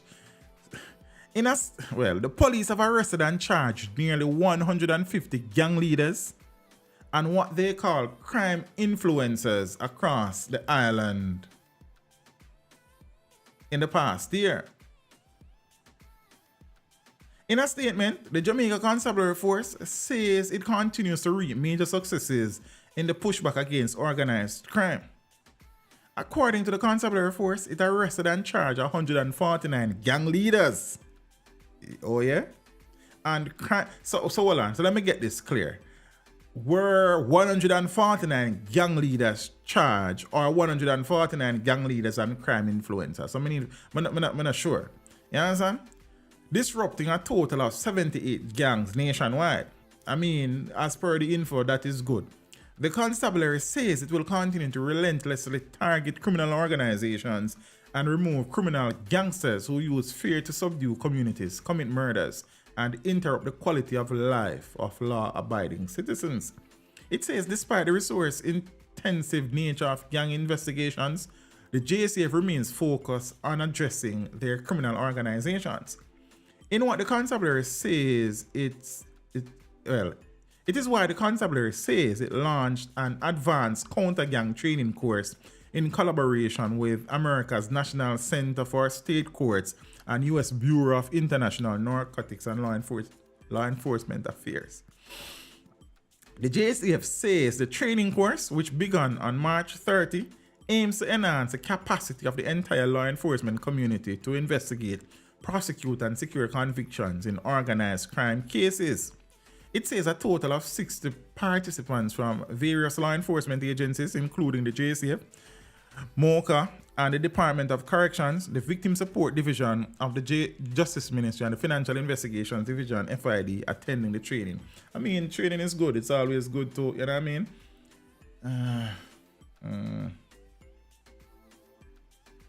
And I don't see it as fighting, Sean. You see, this is a space where we have conversations and discussions about issues affecting the country that we find, you know what I mean, to be holding us back. So it's not a problem. I am always interested in people's views and opinions. I won't always agree. Likewise, we don't expect everybody to agree with everything every time. You understand? That would be strange. That would be a cult-like business. You understand? So that's fine. However, when we're having these conversations, whilst some of it is opinionated, we stick to the facts. I am that type of person. We stick to the facts that we know them to be, Zane, and treat with it along that line. You understand? And when we are dealing with a particular thing, Zane, we are dealing with that. When we are dealing with the next thing, we deal with that. One thing don't always influence the other. So when we have them discussion there, we are big people over here, you know. You understand? Chances are all 187 people watching are brighter than I am. And I know more than I do.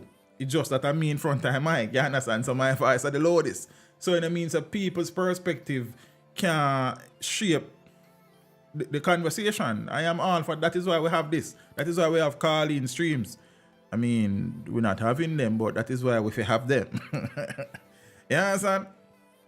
So, yeah, man, it's about sharing perspectives and opinions. You understand? But I always prefer the conversation to be led by facts. That is how I pride myself, and that is how I approach the videos that I do and all of them something here. You understand? Peyton, big up yourself in a broski. Every time, you know, give thanks. Big up you and the family, you know what I mean? Zane, Jaro, big up yourself in a bro. I appreciate that. I appreciate the support and the contribution. See me? The US is in jail. Hold on there. Give me a minute. What we do here is go back.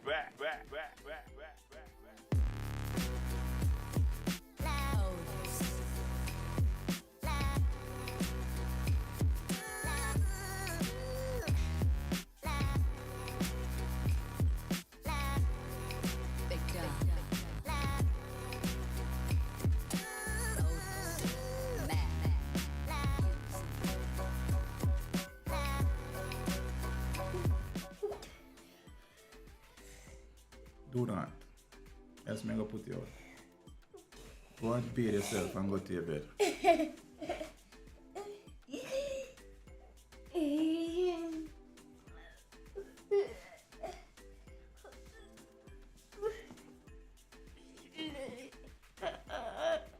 Say a word.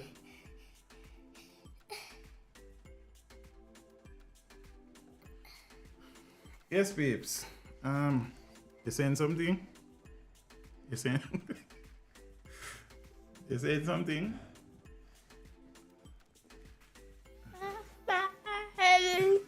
From your nose dirty like.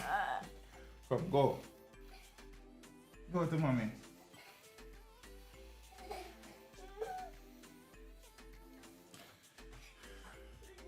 Soon come. What we do here is go back.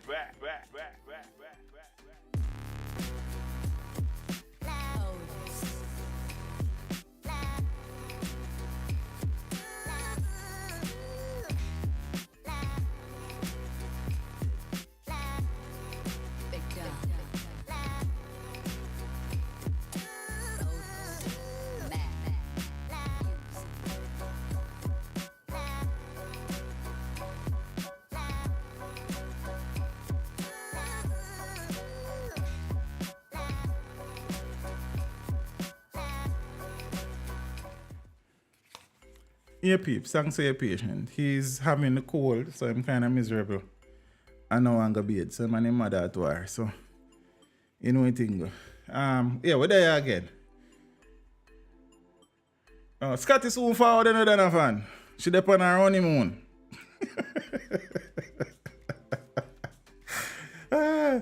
Scotty, I got rude today.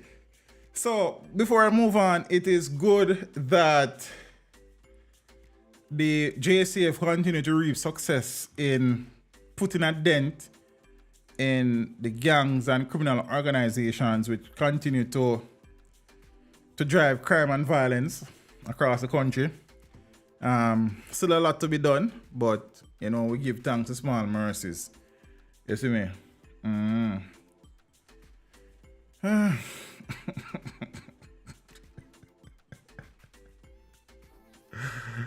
King Paul, how you doing, family? The University Hospital of the West Indies, and the Spanish Town Courthouse among latest impacted by telecoms theft and vandalism. Flow said its technical teams are working to restore services to hundreds of residential and business customers following extensive damage to its copper and fiber cables by vandals earlier this week.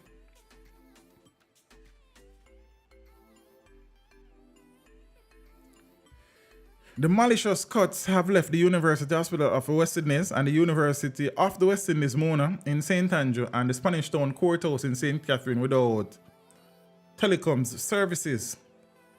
Approximately 750 copper-based lines on the UWI campus, which includes the hospital, have been impacted, while the Spanish Town Courthouse is also among entities left without their services by rampaging vandals, the company said in a press release. It's a long story, and the reason why I brought this up, you see, think about it. Yeah, man, give thanks, King Paul. Why them target flow things? So while I don't hear from Digicel, I don't know, are flow cables more accessible than Digicel's? I don't know.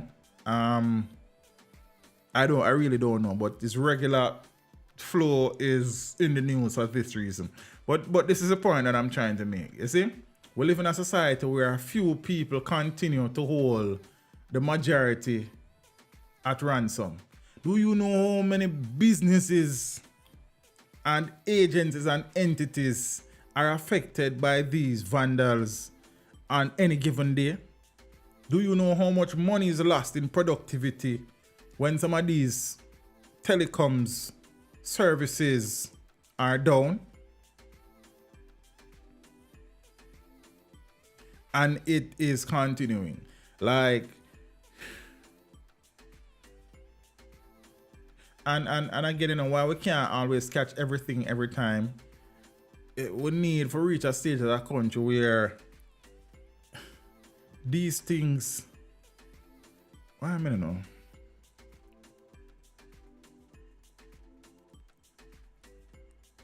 And who is buying these copper wires? What are they using them to do? Why is it so profitable for them to be doing it and doing it so regular? Chrome out, blessings fam.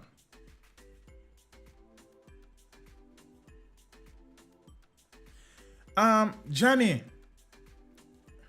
I think there are many instances in which some form of collaboration and cooperation exists between Jamaica's law enforcement and the United States. You know, some of it we just don't hear.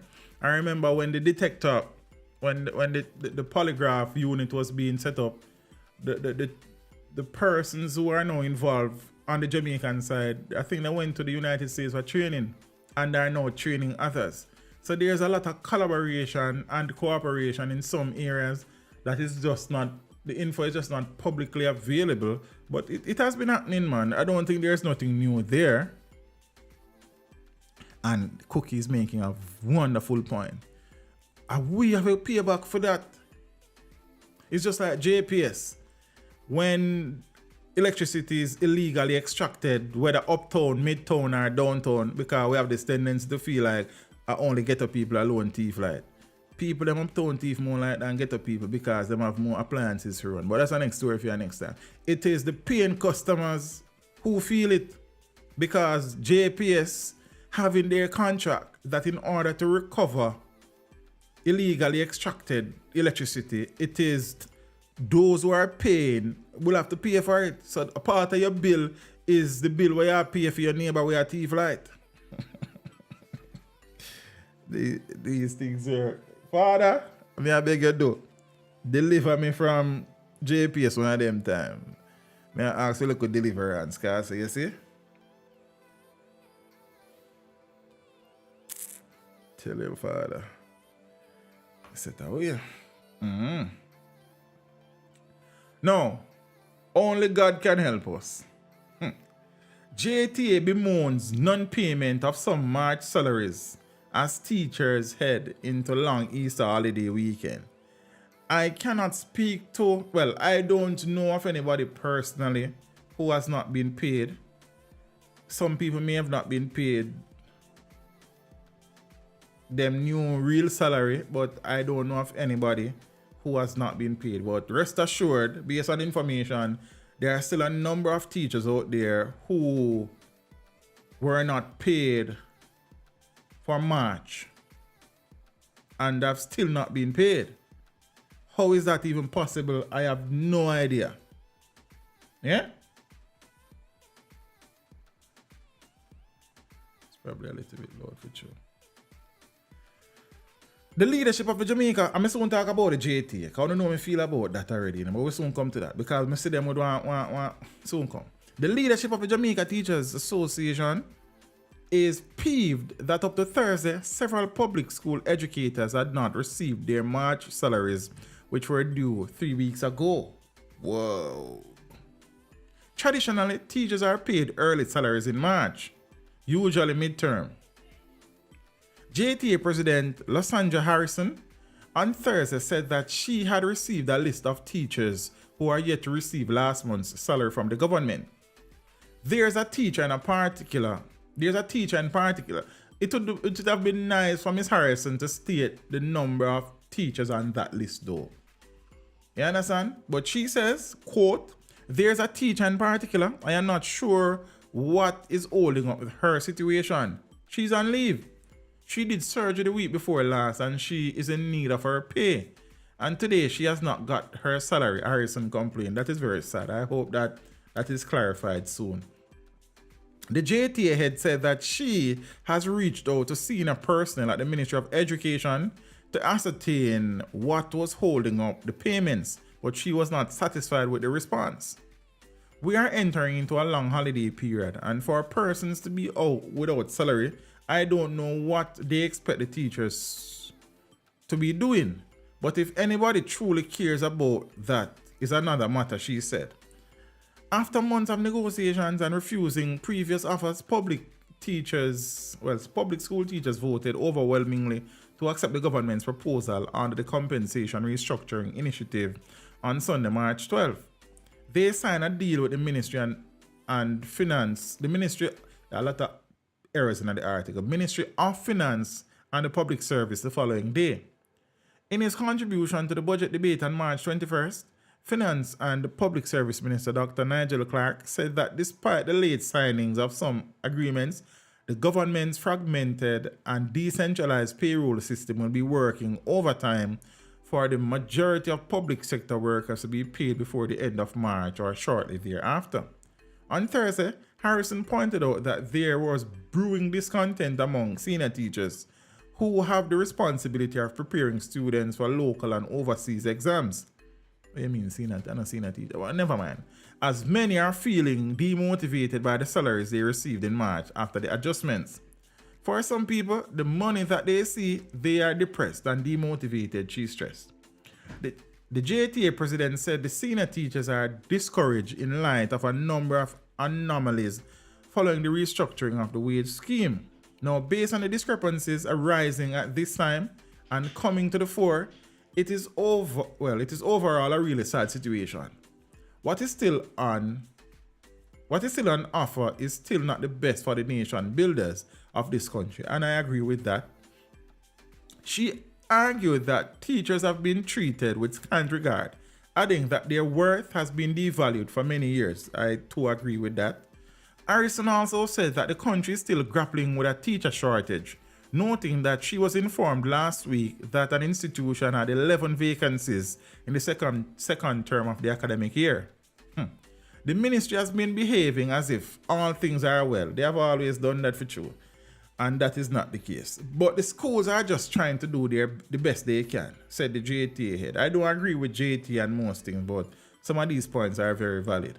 She added that Jamaicans must decide on the quality of education that they need for their children and question the state of the education system locally. I have been doing that for years.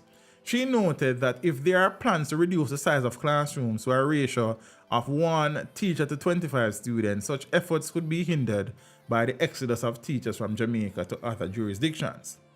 If you cannot replace the teachers who have gone, you have to continue with the business of teaching and learning. So what is going to be the next option? Harrison questioned. We need God. That is all I know. Only God can help us, she said. But teach them. Why can't the Ministry of Finance Education pay teachers them money into their account? I don't know if to be honest with you. But even if there were issues with the calculation of the new salaries and the adjustments, pay the teachers the salary that they were receiving, that they would have received in February, and then you make up for that in April and fix the things in April. I don't see nothing hard in that. So, I don't know. I have been speaking about the issues facing the sector for years. I have, in a very frank way, stated that things have been bad from the beginning of time and they will get worse. I have voiced my concerns about the fact that many of the experienced teachers who are seasoned at getting results and getting youths to be transformed and productive are leaving the sector. Children are becoming more and more indisciplined and harder to deal with. And whilst you have very strong female teachers in the system, many times some of these youths need male figures in the system to treat with them. And many of the male teachers have left and are leaving and will leave. And there were always more female teachers to begin with. But each school normally have a few male teachers where are soldiers in the street will help keep the thing together. You understand what I say? And out some fires and straighten some youths. Many of the man them not dead anymore. Zane. And the few that are still there, I am afraid, are considering other options and may not be there for much longer. In the teachers' colleges, females have always dominated the classrooms. Zane, less and less males are attending these institutions because they don't see education being financially viable for them. You understand? The salary isn't great. The benefits aren't great. You understand? The students are difficult. The ministry is visionless. Parents are not very supportive in some instances. It's a multitude of things. Zane, so and the education system sector has been flawed from the beginning. Very flawed. Zane, when you put all of those things together, when you treat with all of those issues, it's a monumental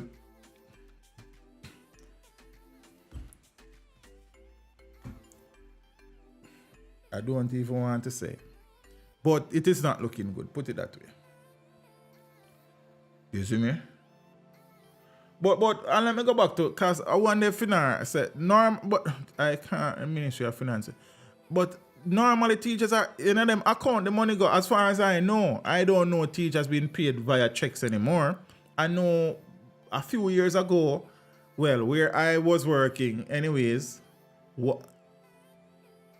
you had to supply an NCBR Scotia account. I don't remember if JN was in that list as well, but I know primarily NCBR Scotia account in order for you to receive your salary. So as far as I know, I don't know any teacher or teachers who are still being paid via check. If that is still happening, I don't know of it. You understand what I'm saying? And thing.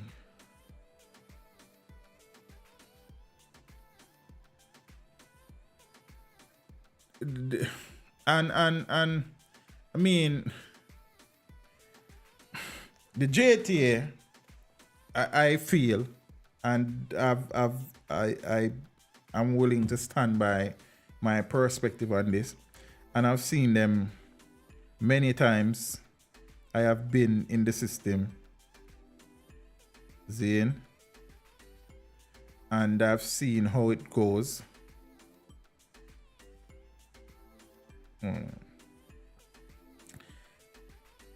And I don't know that the primary objective of the JTA is the betterment of the foot soldiers, the regular classroom teachers.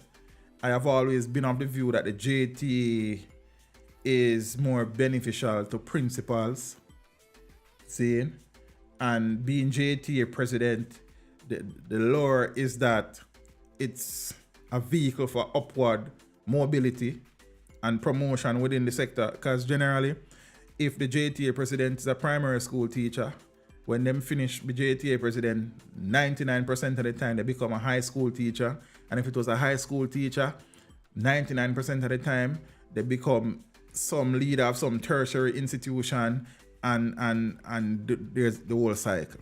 Zane? So I have always had my issues with the JTA, and I think that there have been instances based on my observations, Zane, and me I speak for myself, the JTA appeared to me to be a political instrument and entity versus an agency that is championing the rights of teachers. That has been my observation and my experience, having been teaching for quite a few years. Zane? So, yeah. Many teachers in the past, even before now, has stopped, well, them not about to join JTA, and if they were members of JTA, they stopped paying their JTA contributions. But we see now, in light of the recent upheavals around salary negotiation, where many teachers are so disgruntled that there have been a mass exodus of teachers from the ranks of the JTA. So much so that I saw a correspondence from the JTA, I'm assuming that it is accurate, where basically it is suggesting that if you want to close your membership of the JTA, you can't just do it. You have to go to your regional office to get it done. So basically, my interpretation of this is that they are trying to make it harder for teachers to leave the JTA. Jamaica Teachers Association. So let me read. I'm reading from my phone here. And it says, memorandum to members of the Jamaica Teachers Association from Dr. Mark Nicely, Secretary General, dated April 5th, 2023. Subject, we withdrawal of the Jamaica Teachers Association cease deduction form. See, because in order for you to be a member, you have to make a contribution from your salary every month. So in order to get that stop, you have to sign up another form to cease the deduction. So whether you send it to your bursar, if you're a bursar paid school, or to the ministry, yes. So this serves as an official intent to, with immediate effect, withdraw the instrument used to cease membership within the association. And you don't say. Members who wish to engage in the process of discontinuing their membership with the association are asked to contact the regional offices to be so guided and duly advised. The association remains resolute in providing world-class representation and support in all areas of the teaching profession, and we anticipate continued advocacy on behalf of our educators. Let us continue to unite. Yours truly, Jamaica Teachers Association. Signed by Mark Nicely, Dr. Mark Nicely, who is the Secretary General. So, this is basically, and a simple interpretation of this is that you can leave, you know. However, we're not going to make it easy for you to pull your membership, because we need that membership dues, innit?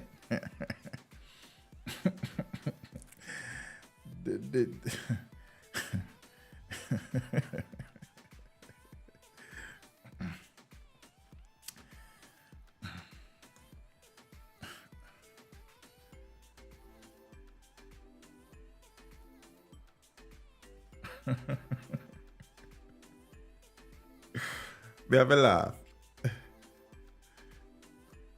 I have to laugh.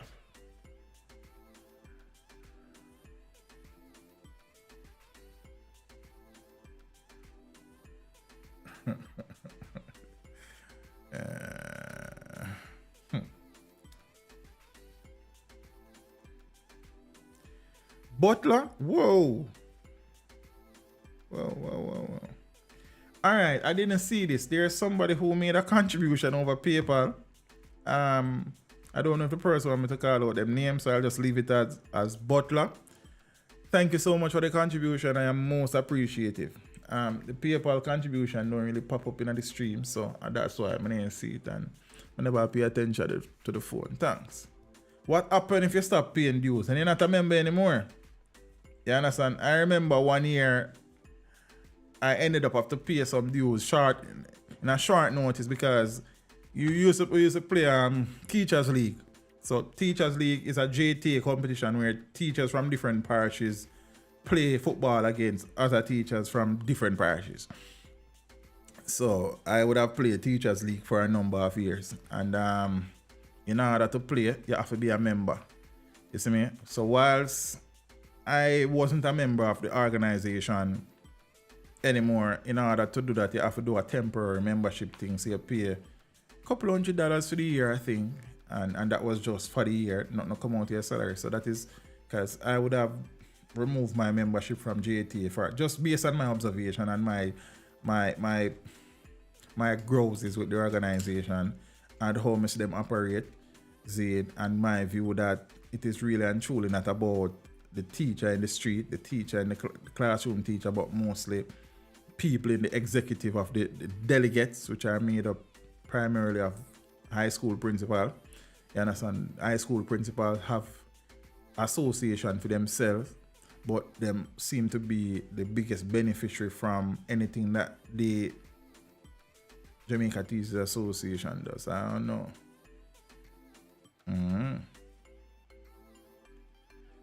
Cookie say you can leave us, but we will not leave you.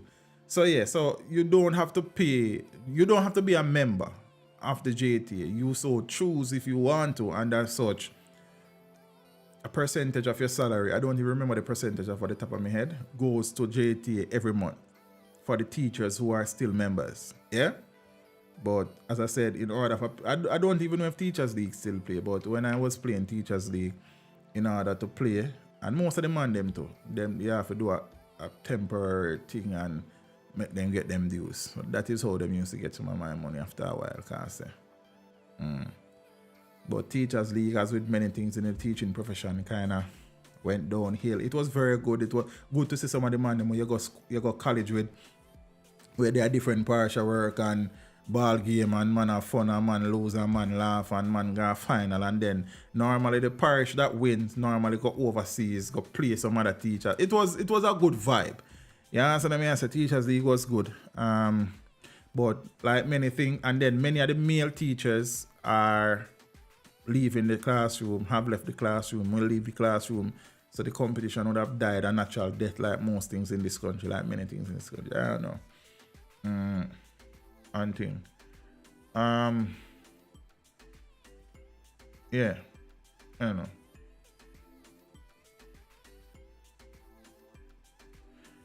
And saying this again for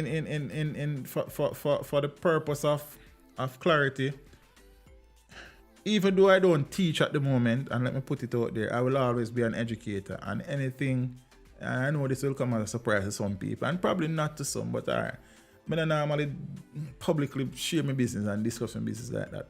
But I'll always have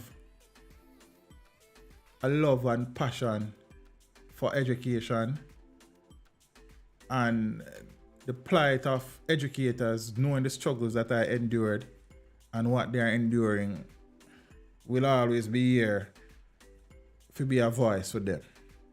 And knowing how the ministry operates, I will always be here to give it to them. That is just the reality. So, yeah, put that out of the way.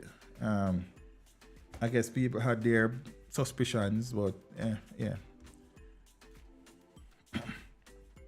So, yeah.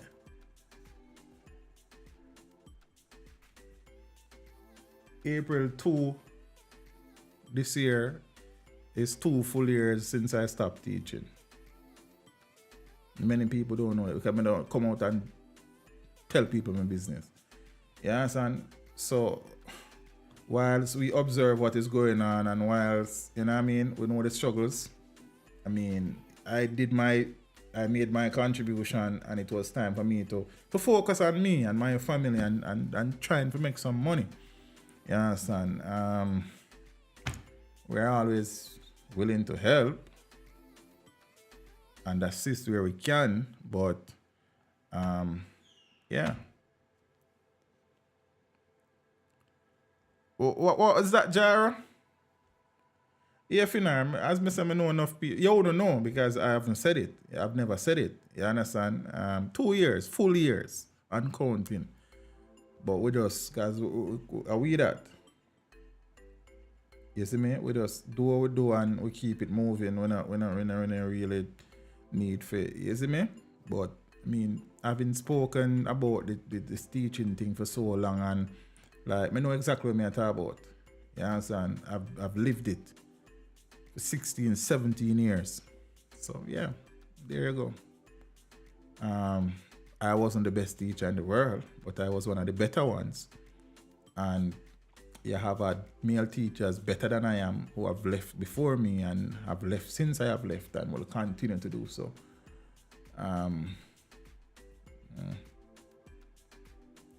No man, I wasn't doing a class at Shortwood, you know. I was teaching a topic for a friend of mine who teaches at Shortwood. So yeah, I make me do that from time to time. So I'll help with stuff when I'm called upon, if I'm so inclined to do, or I feel like it's beneficial to the youths, then yeah. But no, as I said, I loved teaching, the teaching part of teaching. Yes, and not the secretarial part and the administrative part.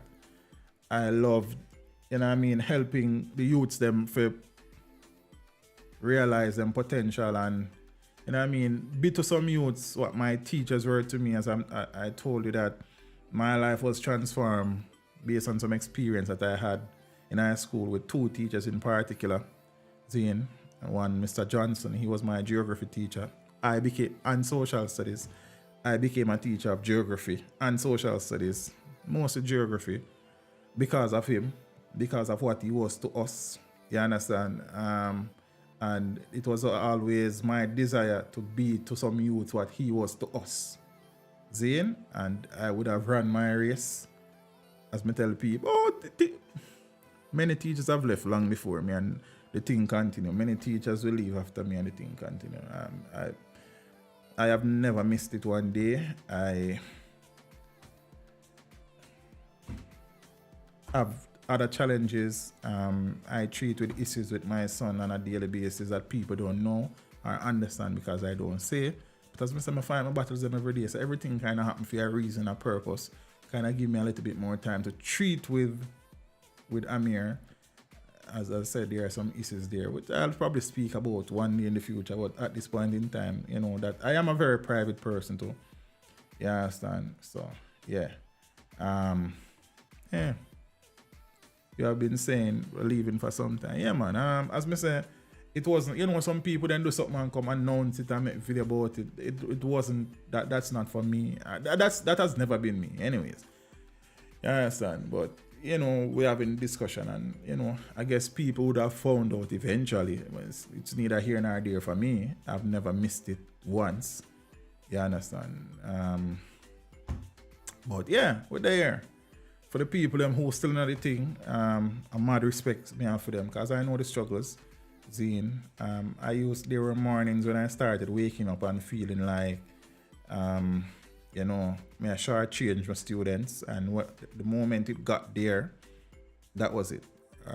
When I left, I was a senior. Well, I would have resigned as a senior teacher about a month before I resigned as a full-time teacher, because a lot of stupidness was going on, a lot of unrealistic demands from administration and the ministry. And me decided, so who may not do that? And because I was leading a department, they were starting to suffer from my decision. I said, no, as a leader, you can't do that. So I will carry my own weight. So I gave that up. You understand? Because some foolishness me not depend. I'm not going to do it just because ministry said to do it. Okay, if some of the things then just don't make no sense. Zane? And you know, you're responsible for a department of 11 people. So as a leader, you can't really make your decisions, them suffer for it. So I gave that up, and then, as I said, I started to feel like, say no. But every year you have a set of youth who says, sir, don't leave, you know, because Ray. But if you do that every year, you never leave. You understand? So there comes a point where you have to make that decision. And it was the right decision. It was the best decision for me and my family. And I would make it again and again and again and again. So no regrets. Yes, and I loved it. You understand? I would walk into any classroom to teach a lesson of geography any day and walk out. That is it. Nothing else. That is it. You understand? If I so feel inclined to help with a few CXC classes, I will do that. But nah. But I will always be an educator. That is what I grew up loving. I will always be a teacher of geography. That is my passion, has always been my passion. But yeah, it was time. You understand? So you know the thing go. So for the ones them was still a fight the fight, big up on yourself, you know. Every man have to do what is best for them and them family. I The youth, the system need we, but the whole of we can't stay. You understand? I just one of them things. But I will always be willing to fight for that cause of educators. And who knows? I mean, I'm always, my qualifications won't vaporize. You understand? But for now, yeah, man. We have to do things for ourselves too. Where I have done a lot for nation building. I mean, small compared to some people, but big compared to others. Yes, and help a lot of youths to realize their full potential. Help a lot of youths for them choose them career paths and help the country now too. You see me I say? So I would have helped to bend a lot of deviant, indisciplined children. That was something I always prided myself on. A discipline thing that you can't learn without discipline, so we are gonna need some discipline. You understand what I say? So I mean, we have to do what we have to do. As me I say, the ones that must still fight. See, when I look at the salary now, see it don't make no sense to me. And as a father of 2 children, Zane, I'm still trying to achieve certain things in life, with my life, trying to give my kids a life what me never get, trying to leave some things where my people them never even think about leaving for me, for my kids, not for me. You understand what I say? Wasn't anymore. And again, the level of indiscipline that is creeping into the system and my personality and temperament probably me then get myself in a trouble eventually too. So everything happen for a reason, because me not play certain things. As me say, it's straight respect, and if there's anybody in here that I've taught before, them couldn't tell you that. I respect the thing there, but the moment you slip, you go slide. We not play that. You understand? So I'm based on what the youth them there, and based on how I am as a teacher, certain things can't fly, and then you then probably hear one new story say XYZ, probably me hurt somebody or somebody hurt me because of this other thing there too. So as I say, no regrets. And as I just have, you know, that's how I think. No, politics is not for me, sir. You understand? I'm too brash for that. You see me? And me not do the yes man thing, and I saw politics operate these days. Me not depend on that. You understand? Me find other ways to contribute to your country, man. Everything good. You see me? So yeah. But going back to this now, and you know, the whole teaching thing and hearing what what the JTA is doing now with teachers wanting to leave, and what the JTA president is, outgoing president is, all of them things, they just annoy me.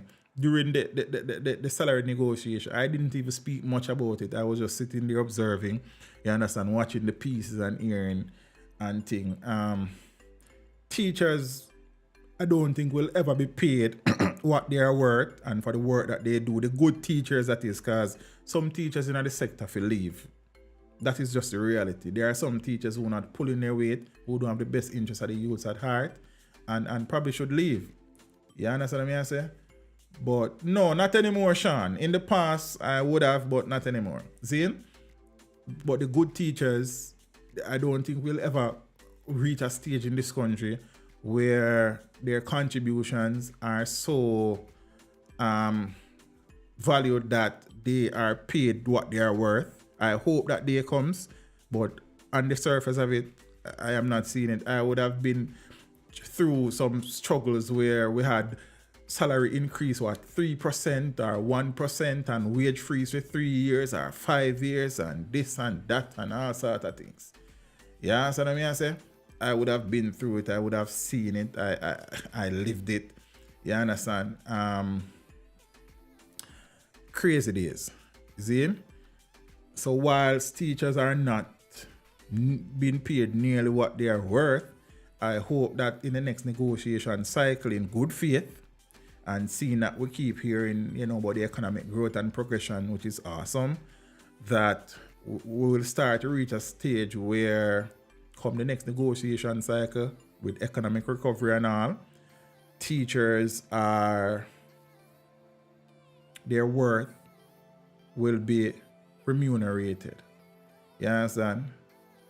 and advancement in salary to combat inflation and the cost of living will be made also. And as I've always said, with teachers and public sectors, it's not always just the cold cash.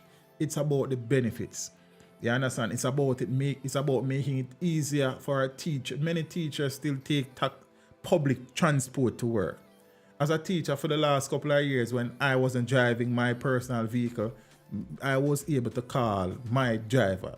You understand? Some teachers still have to take JUTC bus and the regular taxi and the regular minibus them, and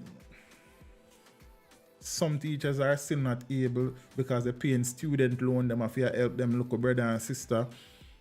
Them appear rent because them get work in one different parish from where them come from. So them can't treat with that as easily as they would want to. You understand? The NHT situation is rough at best for many people, because you not just automatically contribute to NHT and you are able to acquire there's a process for whatever that is worth. You understand what I say? So it is difficult financially speaking, but it should be easier for public sector workers and not just teachers. We have public sector workers to benefit from other things to supplement their income. Yeah, and I know everything takes money. I'ma get that. I'ma know so the government, the money that the government have access to is not inexhaustible. I understand that. But over the years, enough was never been done on the benefit side to supplement incomes. Yeah, so whilst the money, inflation and all considered and cost of living considered, was never enough, has never been enough. Enough wasn't being done to provide incentives for educators. You understand? Make more scholarships available so teachers can self-actualize. Yeah? Make more educational progression available so teachers were less reliant on borrowing from their credit unions and going to SLB and more strain and more stress. These are the things that we're talking about. You understand what I mean? I say make programs available for the areas where teachers are leaving mostly, for it to be more accessible to people who have the skill set to do it, so you can replenish. But I said without vision the people perish. So I have spoken already about how flawed the education system is, about the fact that thousands of youths will just get lost in the cracks because of how the system is designed. And I don't see any changes coming there. The ministry in this country that has been raped the most is the education ministry. I don't see anybody paying back their money. They are paying for their money there, or going to prison for them things there. We are a lot of talk. I mean, some of the cases are still in front of the court, but we continue to rape the system. There's not enough resources there. There's not enough for the human resources there. There's not enough. The infrastructure is poor in some instances. When it come on to books, when it come on to classrooms, when it come on to furniture, when it the education system is really in a mess. And in order for transformation to take place, you have to have vision. Is that there? I don't know. You understand? It wasn't for me anymore, as I said. And I'm telling a long time, so there's going to come a day when I just did go walk, leave it. Yeah, and I could have done it long before. Seeing the pandemic year, I wasn't going back to work that September. The pandemic year was the March of 2020. So 2019 September, I wasn't going back. Seeing, but they have a set of youth and I did really and truly I feel a vibe with. I mean, I say no more and take them youth through the system. The last set of youth, yeah. Seeing, pandemic come and they did well. You understand? But then now, I say, all right, here we go on. I start to the next grade 10 years, so in a pandemic, it kind of hard to leave them, you know. So I come back September. Seeing? But then now with everything, as I said, being a leader, being a senior teacher, all this crap at the ministry and some crap at admin level too, because we not adjust the reality. And then sometimes it's not even admin, because admin have to execute what the ministry require. and then some principal live to the T from the ministry and not willing to stand up for them staff. Me not depend that neither. You understand what I mean? Some things from the ministry just crap, and some principals will stand against it, while some from ministry say it, I saw it go as gospel. Me not play that. So it was a lot of things. You understand what I say? And at the time, Amir was a baby. That started to play a role. Children change your life. If you're going to be the parent that you should be, children will change your life and how you operate. And as I'm saying, based on when I left and with Amir coming along and treating with some stuff with Amir, it has, you know what I mean, given me more time to be there for him and with him, Zane. So I am okay. You understand? I am in a place where I never woken up one day and say I miss teaching. I really don't. Going in a classroom for teach some geography, fine. But apart from that, some of my colleagues too, you know, we're a people person, so we get along with people, but then sometimes people don't get along with you. You know, I think about that part there, you see me? You know, sports day recently, more at the school, you know, we are all lead and motivate the youth them and get them on a level and encourage some youth to go join the track team or the football team or so them look at things there. But generally speaking, nah, I'm good. You understand? I'm good. So big up to the Warriors, them are still in the thing. Me know more than most how the thing how rough the thing is. You understand what I say? I decided from early out, said I have tried many routes at financial independence or being able financially to walk away. We try many things. Some of them fail, some of them do okay.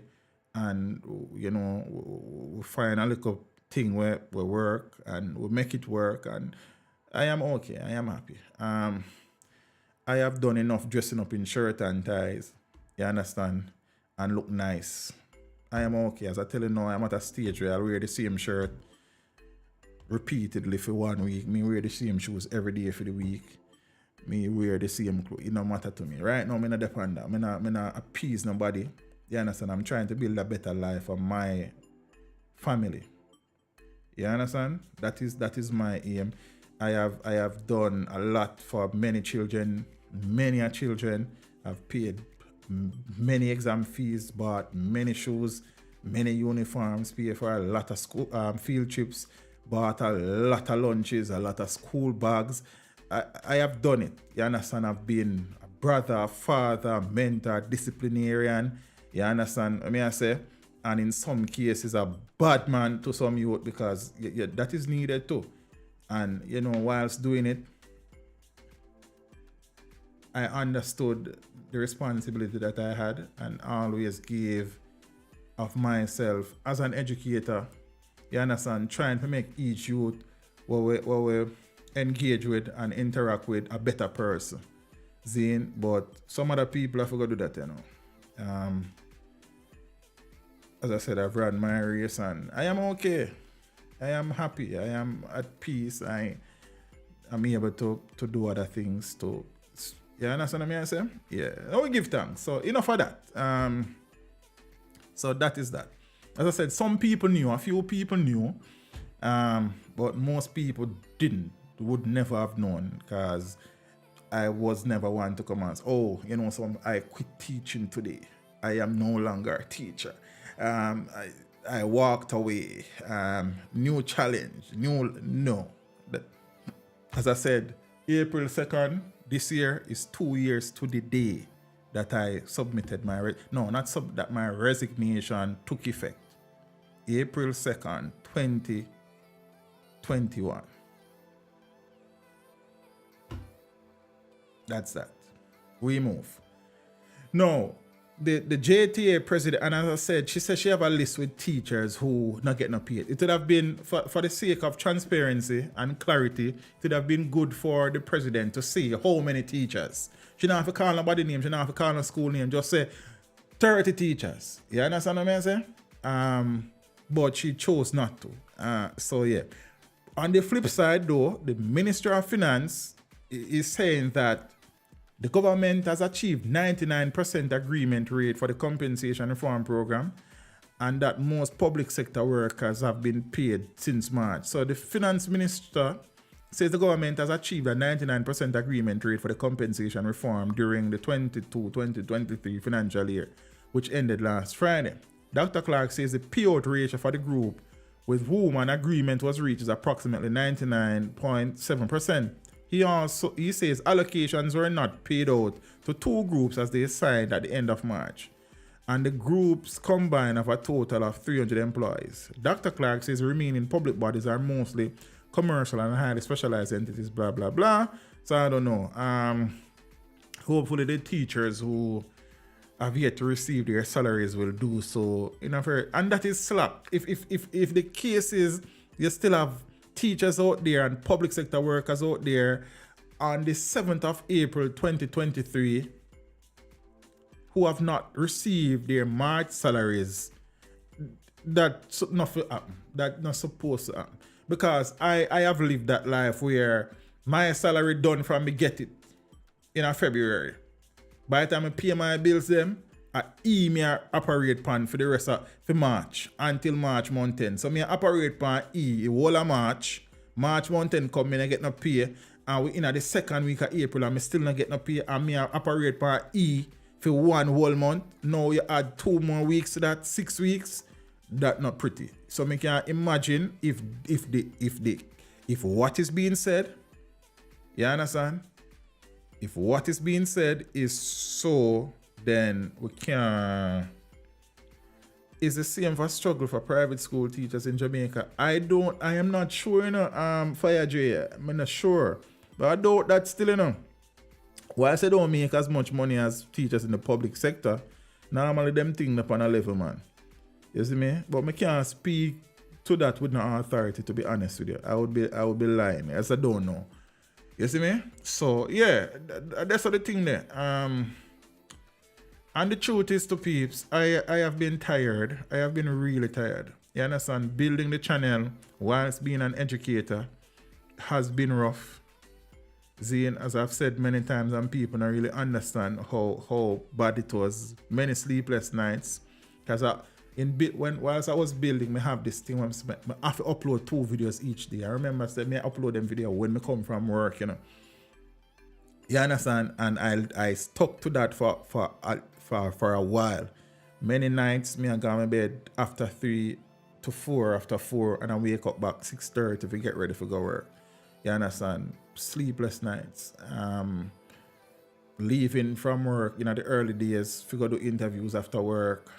Come home, edit, do it was rough. You understand? It really streaming religiously twice per week, Fridays and Sundays, every day, every week, like all of these things, plus other things, you know, family, and it was rough. But you know, when people ask me, whenever I decide to do an interview and I am asked, what is that thing? There's a question I'm going to ask in the interview that I'm proudest about in building my YouTube channel. It's simple.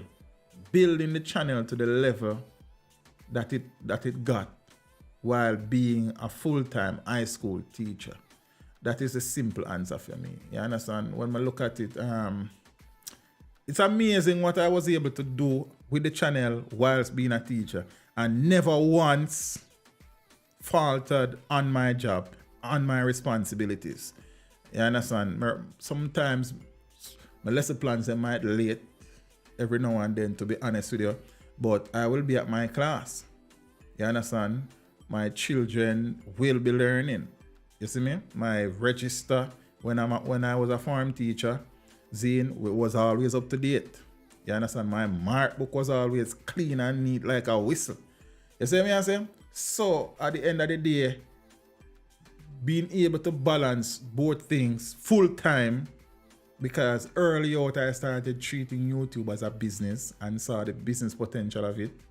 Zane. So I that give me a nice fuzzy feeling, building something that so many people have come to appreciate, while also making men and women productive men and women of my children, of my students. You understand? That is something that I pride in. No matter how I'm tired, see, just like how you will never see me sleeping in a vehicle, you will never see me sleeping in a classroom. Never. As a matter of fact, I don't even to sit down when me in a classroom.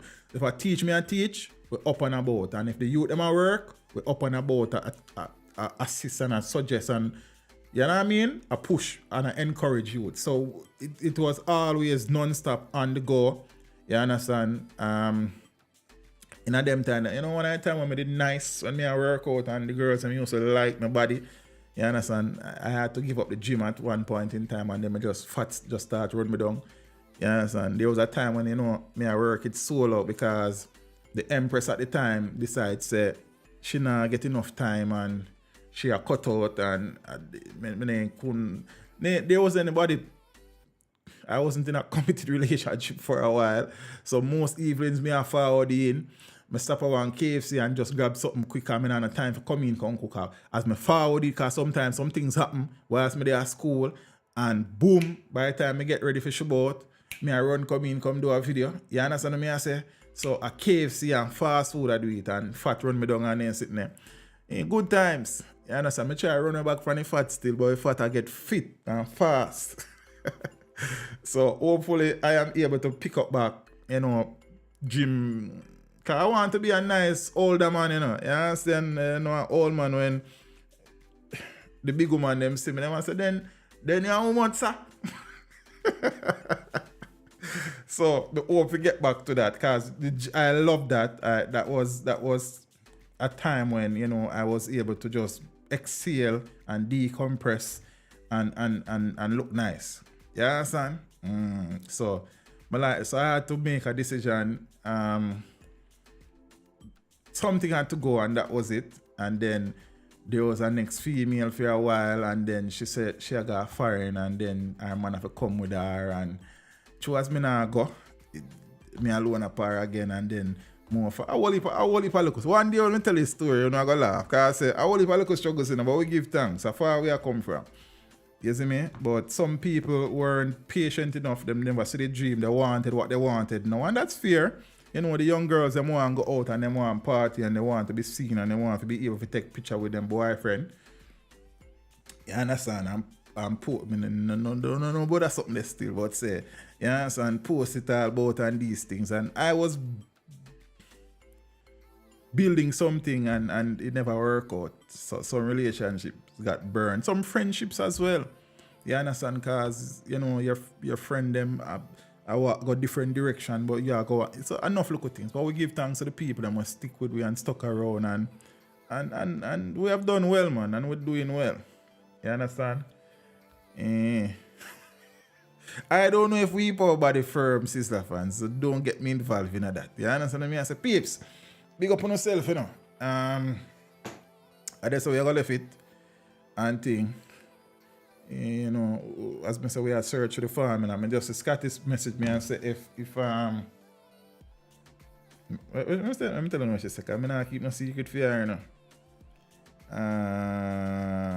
Streaming bug bite here again. I'm going to call her. I hope she answer rude so I don't know she stay. I should then connect her to me. To whoever you see, you know. Because then I no behavior.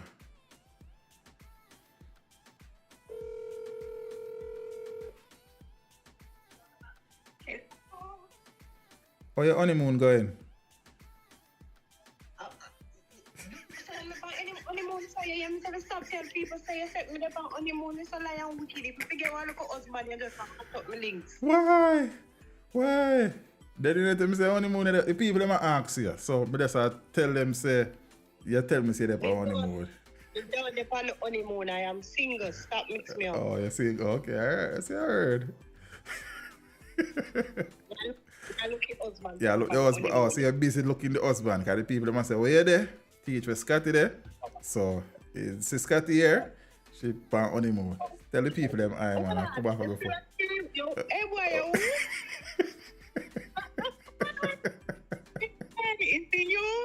Sorry, man. It's all good, Mr. William. It's all good. Good night, guys. I'm on leave. I'm on vacation. I'll be back soon. I'm not on any honeymoon. I'm still single. Looking to mingle. Anyways, we'll come off of the phone because we're off of the stream. Bro, later. Alright. Yeah, man. So Scotty, alright, man. She just, you understand, she has been on leave for a few months, so I guess she's going back to work soon. So I guess she'll try warm down and enjoy a part of her leave. So yeah, she dep on a 1 month leave from my work. She dep on a long time leave from her next work. So she leave. You understand what I say? So peace, big up on yourself, you know. We appreciate the ones them. You understand? And I say to all the educators out there, and I'm being more sincere now.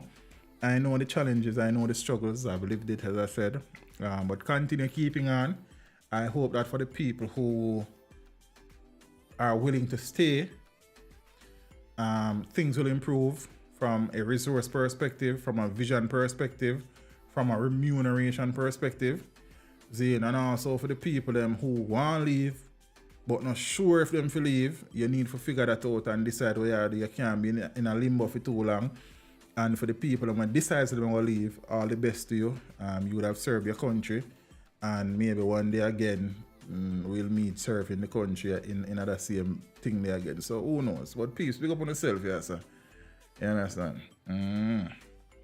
So, man, I'll always be a teacher, man. I'm just not a teacher right now. And that's the thing, we just teach them now. But, as I said, that is it. I mean, it is. And I think one of the reasons why I share that too, it is probably disingenuous to come and to speak about the system as if I'm still in it. So I don't think that is fair to the viewers, to be honest to you. You understand? So that is probably the reason why I think it was time that I said that. Because it wouldn't be fair and transparent for me not to be teaching anymore and suggesting that I am still doing so. That is not fair to you guys. See, but again, I am not somebody who will come plaster my business over social media and tell people this and tell people that about my life. That's not me. People in my life don't know about my life sometimes. You understand what I say? That is just me. I'm a very private person. I've always been. And I will never get carried away by social media and what exists on social media. You understand? I am very deliberate. I'm very calculated. If I say it, it's because I want to say it. You understand? So that is it. Peeps, big up on yourself, you know. You see me? Our Friday night, I know the holiday I go long. You know, behave on yourself, you know. You understand? Moderation over botheration. Remember that. So if you have a drink, don't drive. If you have a drive, don't drink. You know the thing go. Peeps. Call in stream tomorrow with Premier League. Tomorrow morning. I wonder if we can do a recap stream in Evelyn Bachelor. We can do that, you know. Come to think about it, you know. We are looking into it. A long time when I ask me for that, you know. You understand? We can do it. So, probably Sunday evening when we lose already. And then sit there. You have Monday match, but we can't cater for everybody. So we look into it. But probably we can talk some football when I have time for you, man. You see me? And thing. So peeps, big up on yourself. I said that too much time now. We are cut out now. We can do a call-in stream, so I look into it. Yeah, son. I look into it. So if it goes well, we see how it go. So that means if I watch more match than I want to watch. But we see. Alright. Peeps, enjoy your weekend. Have fun. Have as much bun and cheese as you are able to if you eat bun and cheese. You understand? If you celebrate Easter, you know, sort out a thing. Do your thing. If you don't celebrate Easter, allow the people to celebrate Easter. We need to stop trouble people now too, man. You understand? And thing. I'm not trouble nobody for the rest of the year. Jamaica phone service. Then you say that's why more time you say it's always a friend them, you know. It's always a friend them. Me talk about the Lampard thing too because boy, Roman never die for this. And you see war in Russia. I'll never forgive Vladimir Putin because of him mash up my side. You understand? Because the war in Ukraine now, why Roman have to sell his side? Because they say him and Putin are friend. Brother, hear me say, man, I'm gone because it's a next story that. Peeps, man them, we see how it thing go.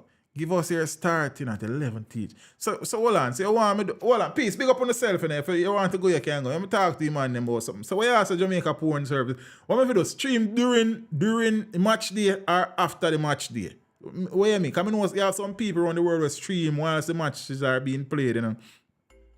And thing, or you want to do a recap of the day. The man that will lose, we talk about what go on, and the man that will win, we talk about what go on. You know what, I just see the video. I think last night, Andre Brown, to be honest with you, I just saw the video. I don't know, I mean not even have it on top of my head for true, to be honest with you. If we talk football tomorrow, we talk about that. And thing. So we see during, I don't know. I don't know still. If I'm here facilitate it, because I don't know, but we could see. I don't know if I do that this time during, but we probably can do a recap stream, one of them, probably Saturday evening or Sunday evening. So I don't look out for.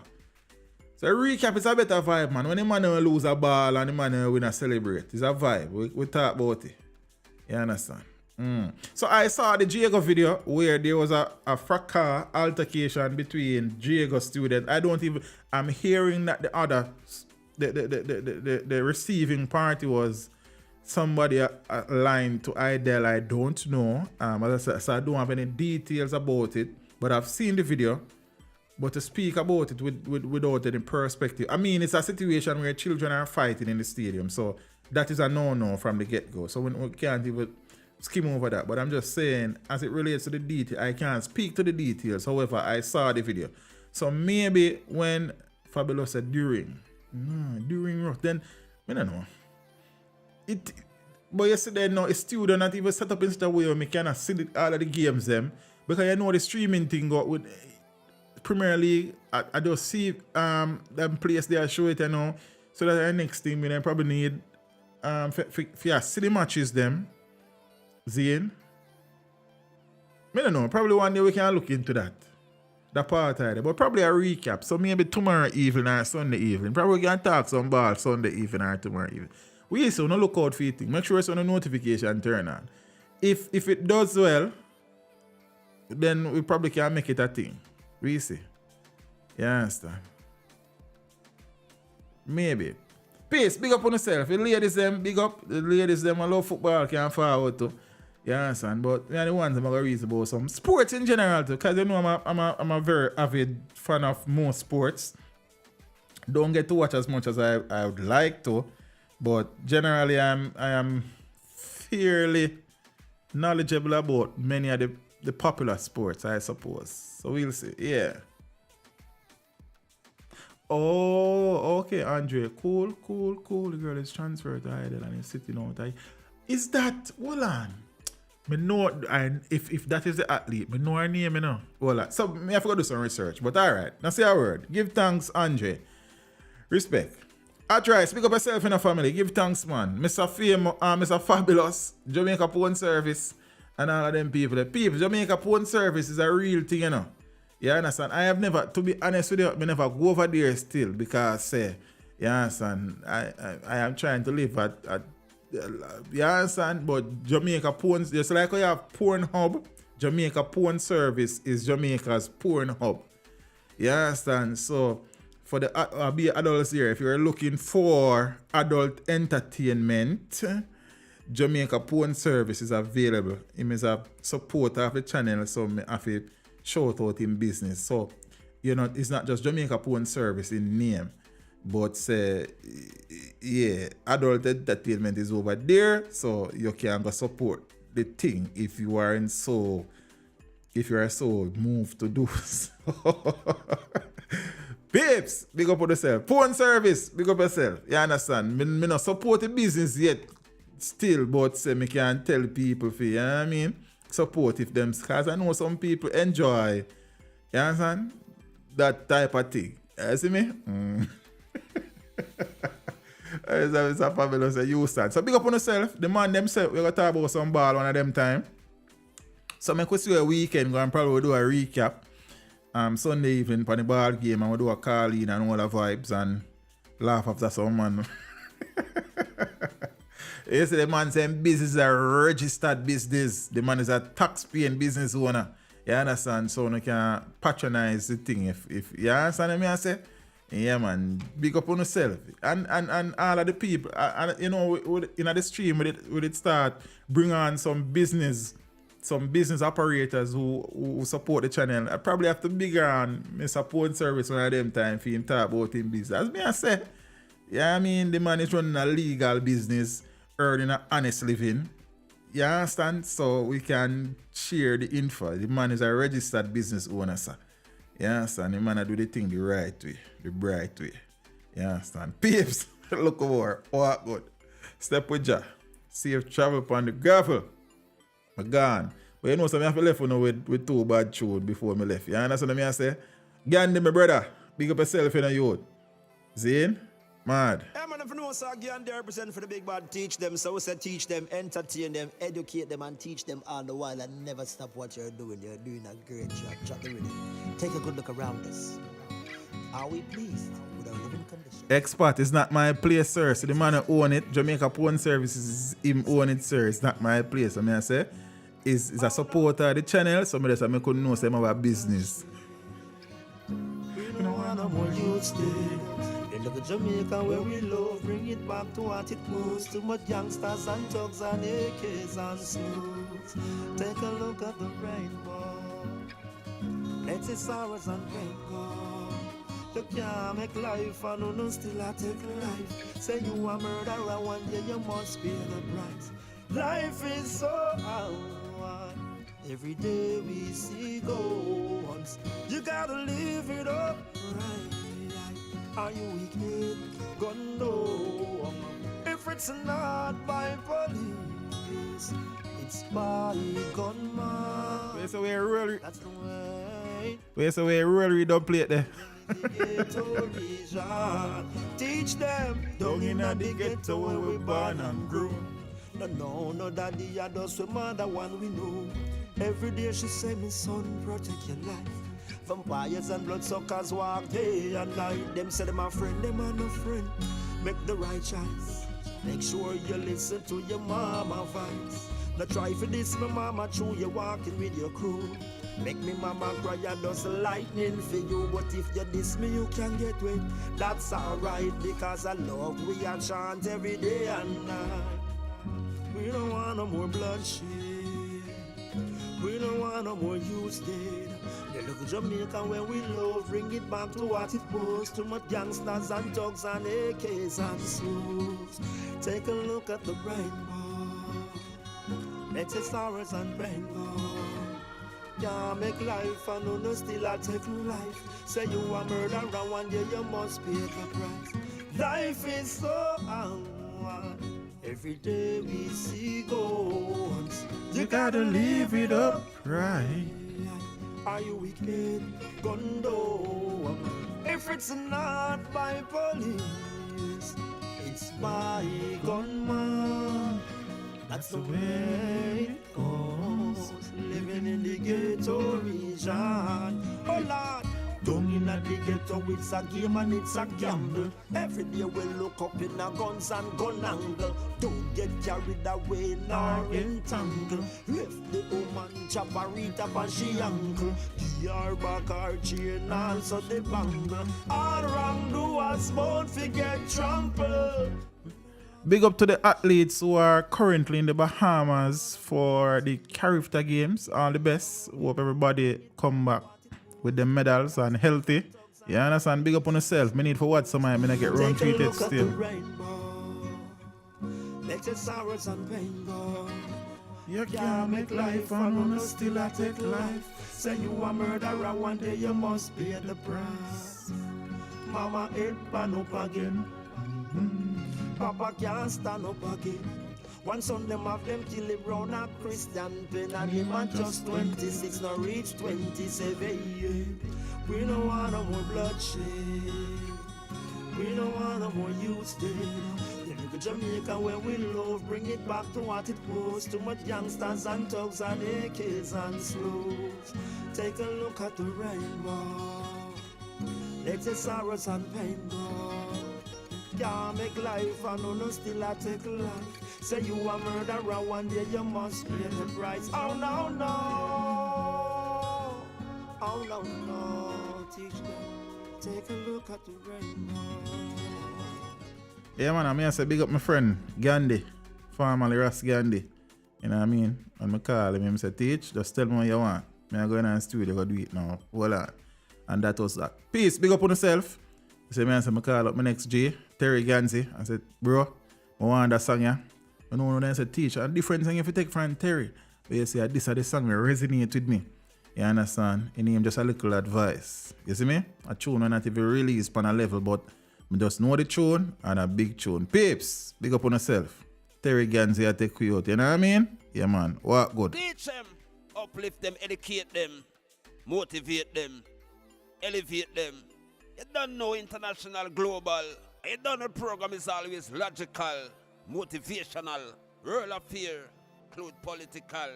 Touch some issues about economical, plus judicial. You don't know people are stressed out, so emotional. Let it go. You know what Terry Ganzi represent. Teach them. Teach them.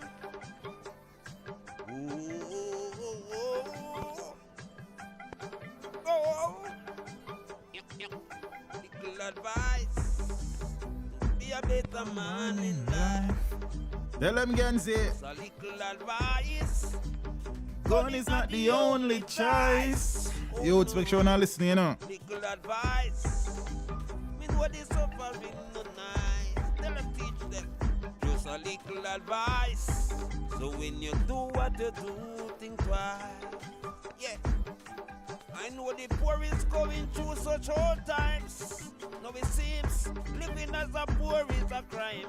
No youth eyes open but mentally blind.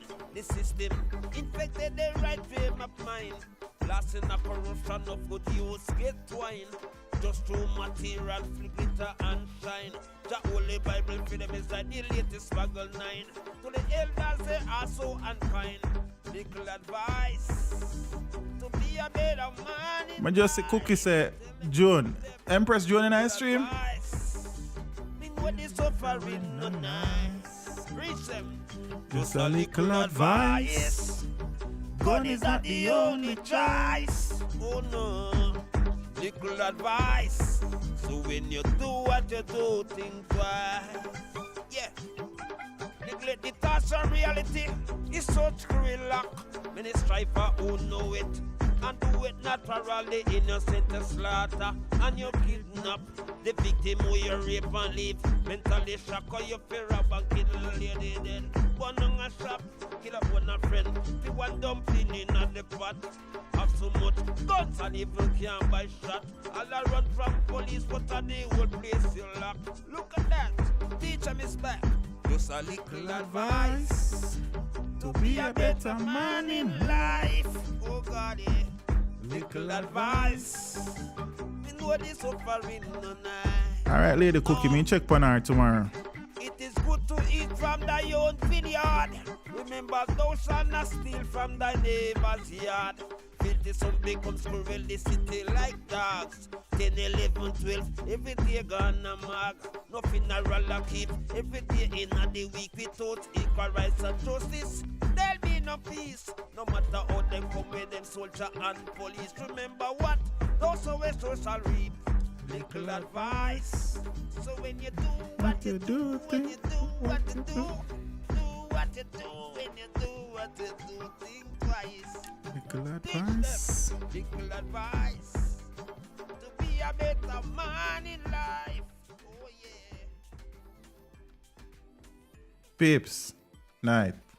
Ganzi, pick up yourself. It's a little advice. Gun is not the only choice. I'm out.